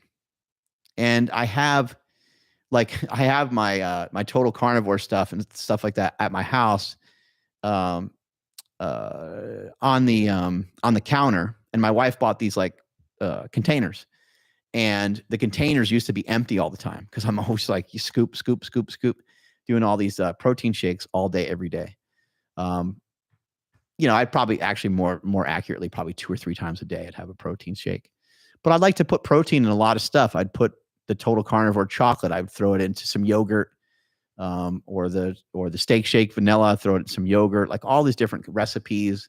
I'd sometimes throw it in cottage cheese, and I love all that stuff. It's really, really good. But these containers are now they're more full, and I'm just utilizing them on the days off. I'm utilizing those scoops of protein on the days where I'm breaking the sugar fast. So you guys can kind of think what you want about me, but there's not a lot of people that would do what I'm doing. And there's not a lot of people that would share it publicly the way that I'm sharing it. There is potential, right? There's potential for it to siphon off some of the revenue of Within You brand. But that's not what I'm here to do. That's not my mama taught me different than that. So sorry. This is just really important to me. I want to fucking help people. And I think that this is something that can be really helpful to a lot of people. A lot of people really struggle every single day. And it's a nightmare, because a lot of people, when they're heavy and they're heavy for a long time, it starts to become part of their identity.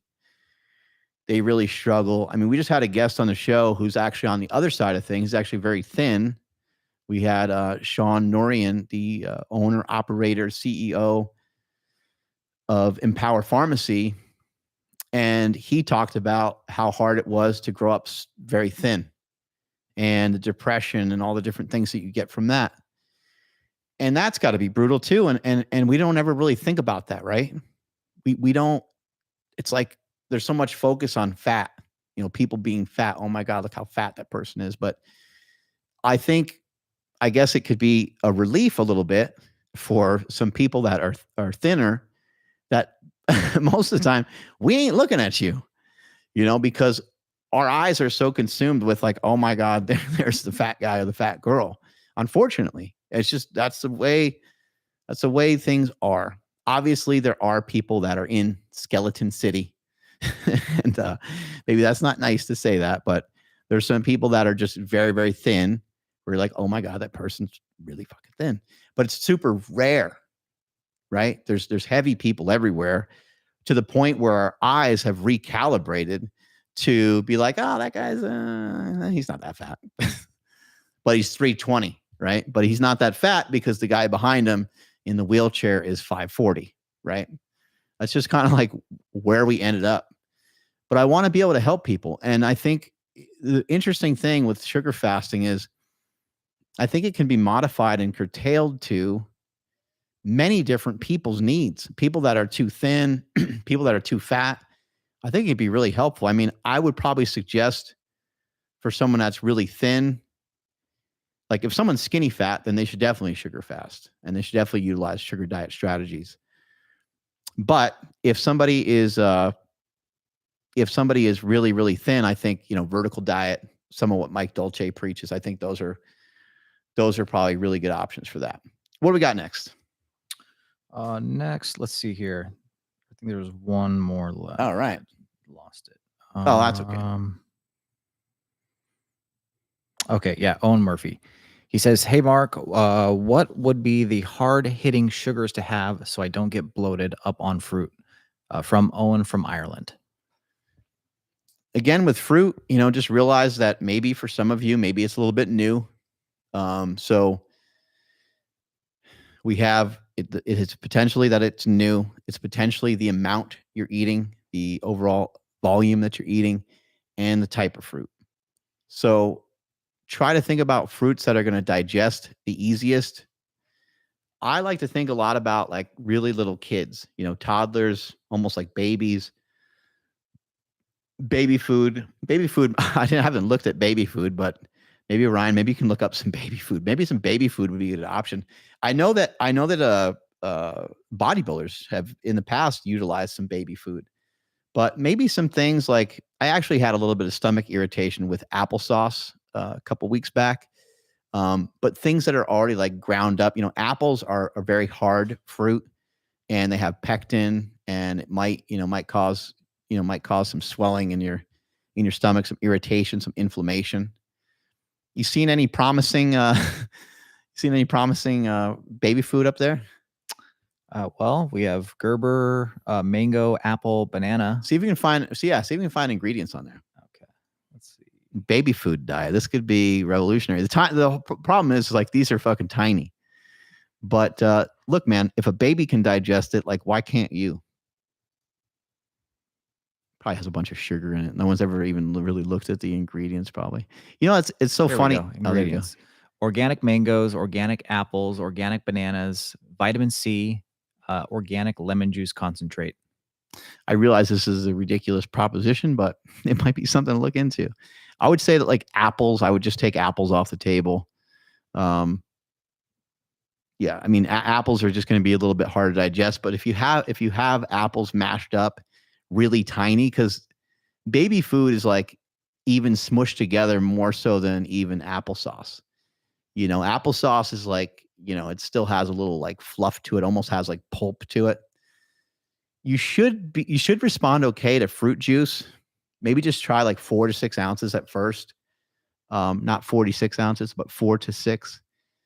You should be okay with a smoothie, especially if a smoothie is like, if you stick to single fruits or only 2 different kinds of fruit or so, you should be pretty good to go. It shouldn't be crazy problematic. I understand how it could be problematic, but it shouldn't be a huge issue. I'm trying to think if there's like, I should talk, you know what? I'm going to talk to Joel Green about this and we'll get him in here and we'll have a conversation with him. Quieting everything else around me, calming myself down. And when you calm yourself down, you recognize that you can hear the birds chirping and there's nice harmony to them and that things are a lot better than you thought they were. And things are pretty smooth and you're still alive on this earth. And you realize all these things. And then you start to hear these little tiny noises. And those little tiny noises are your body talking to you. And I want you guys to get in tune with that. I want you to start to learn that. Like when you're walking down the street and all of a sudden your right foot feels a little weird because you got like a callus or something weird on it. I want you to start to think about that. Like, oh, where'd that callus come from? I wonder about my gait. I wonder if that callus is because every time I go to walk, I turn my foot a little bit out this way. I think these are really good things to examine, a really good way to like live your life. My shoulder felt really weird all day yesterday. I was like, what did I do to my shoulder? It felt like it was like out of socket. It kind of killed. And now today it's fine. Who the hell knows what happened? But I started to think about it. I was like, oh my God. Just a couple days ago, I did the ski erg and I was doing the ski erg pretty hardcore. And I think I just made something abnormally sore. And man, that hurt a lot. The body tends to work with this little bit of lag time. Think about, I was going to say SARMs. Think about DOMS, right? Delayed onset muscle soreness. I believe there's delayed onset nutrition, delayed onset sleep, delayed onset fill in the blank. Delayed onset sleep would be like, how was your sleep 3 days ago? Because your sleep from the night before probably impacts you a bit, but it's probably not too crazy. right? But your sleep from like 2-3 days ago probably starts to catch up to you a couple days later. And then there you are having these cravings, or there you are having an emotional breakdown, or there you are, it's eventually these things kind of catch up to you. They compound on top of each other. But anyway, back to all this stuff about digestion. Like if you blend up some blueberries and some strawberries and some raspberries, and you dump some apple juice in there with like a little bit of honey, you blend it up, like it shouldn't really bother you, it shouldn't really bother you too much. Now, if you're consuming like, a ninja blender, like you're consuming like 40 ounces or something. Yeah. Well, of course it's going to hurt your stomach. So you got to use some common sense. I think we got a lot of dingbats out there, a lot of dingbats in the comment section. And I think it's important to be a little smarter with this. Pay attention to the overall amount of carbohydrates that you're consuming. Go to like Jamba Juice and try the mango a go-go. That one's pretty good. I got that the other day. These things, they should digest pretty smooth. They're not real fibrous. They're more liquidy. Should be able to get through them fine, but it does show me that, like, I don't know where you guys are coming from. You guys are coming from all over the place, right? Yeah, there's the mango a go-go. That one's good. Get a medium. I got the large the other day because I don't have digestion issues because I've been eating fruits and vegetables like a good boy for a long time. So yeah, there's going to be an acclimation period. There's going to be time to get used to it. Another thing you could do is when you do blend up something, you make a smoothie, is maybe just use water. So maybe you blend with, because you need something in there, right? So some water and some blueberries, let's say. I like to buy frozen fruit. Some water and some cherries or something, whatever it is. Try to throw water in there and a single ingredient, or maybe 2 or 3 different types of berries or something like that. Blend that bitch up. Have like 8 ounces of it. Have some sort of responsible amount of it. And see if your stomach gets all effed up from that. And then also pay attention to how your stomach does with candy and maple syrup and some of these other things. But again, have responsible amounts of it. I'll just throw out a number. Let's say just start with 100 grams of carbohydrates. Okay, just start with 100 grams. Have something that has 100 grams of carbohydrates. I'm sure you drank Gatorade before. Probably had no problem with it, right? So drink that. That's something that Andrew and Zaragoza and I used to talk about a lot. It's like, how come highly processed foods digest so easily? Really weird. And I remember years ago talking to John Kiefer about the benefits of highly processed foods. And that was something that Jesse Burdick and I came to sort of figure out as well. And we utilized a lot of highly processed foods at that time to get ourselves big. And we landed on Doritos being like one of the greatest things to really pack weight on you, because the amount of like sodium and fat and carbohydrate, and like no one even knows what the fuck a Dorito is at the point that it's a Dorito. We don't know its like original origin. It's just a really weird food. Anyway, with your digestion, take it slow, take it low, take your time. I would imagine that you shouldn't have any problem digesting honey. But again, just don't have 5 or 6 scoops of it. Just have like 2 or 3, and then give it some time, see how it digests, see how you feel, and then go from there. Strength is never a weakness. Weakness never a strength. Thank you guys so much. Catch you all later. Bye. See you later, bitches.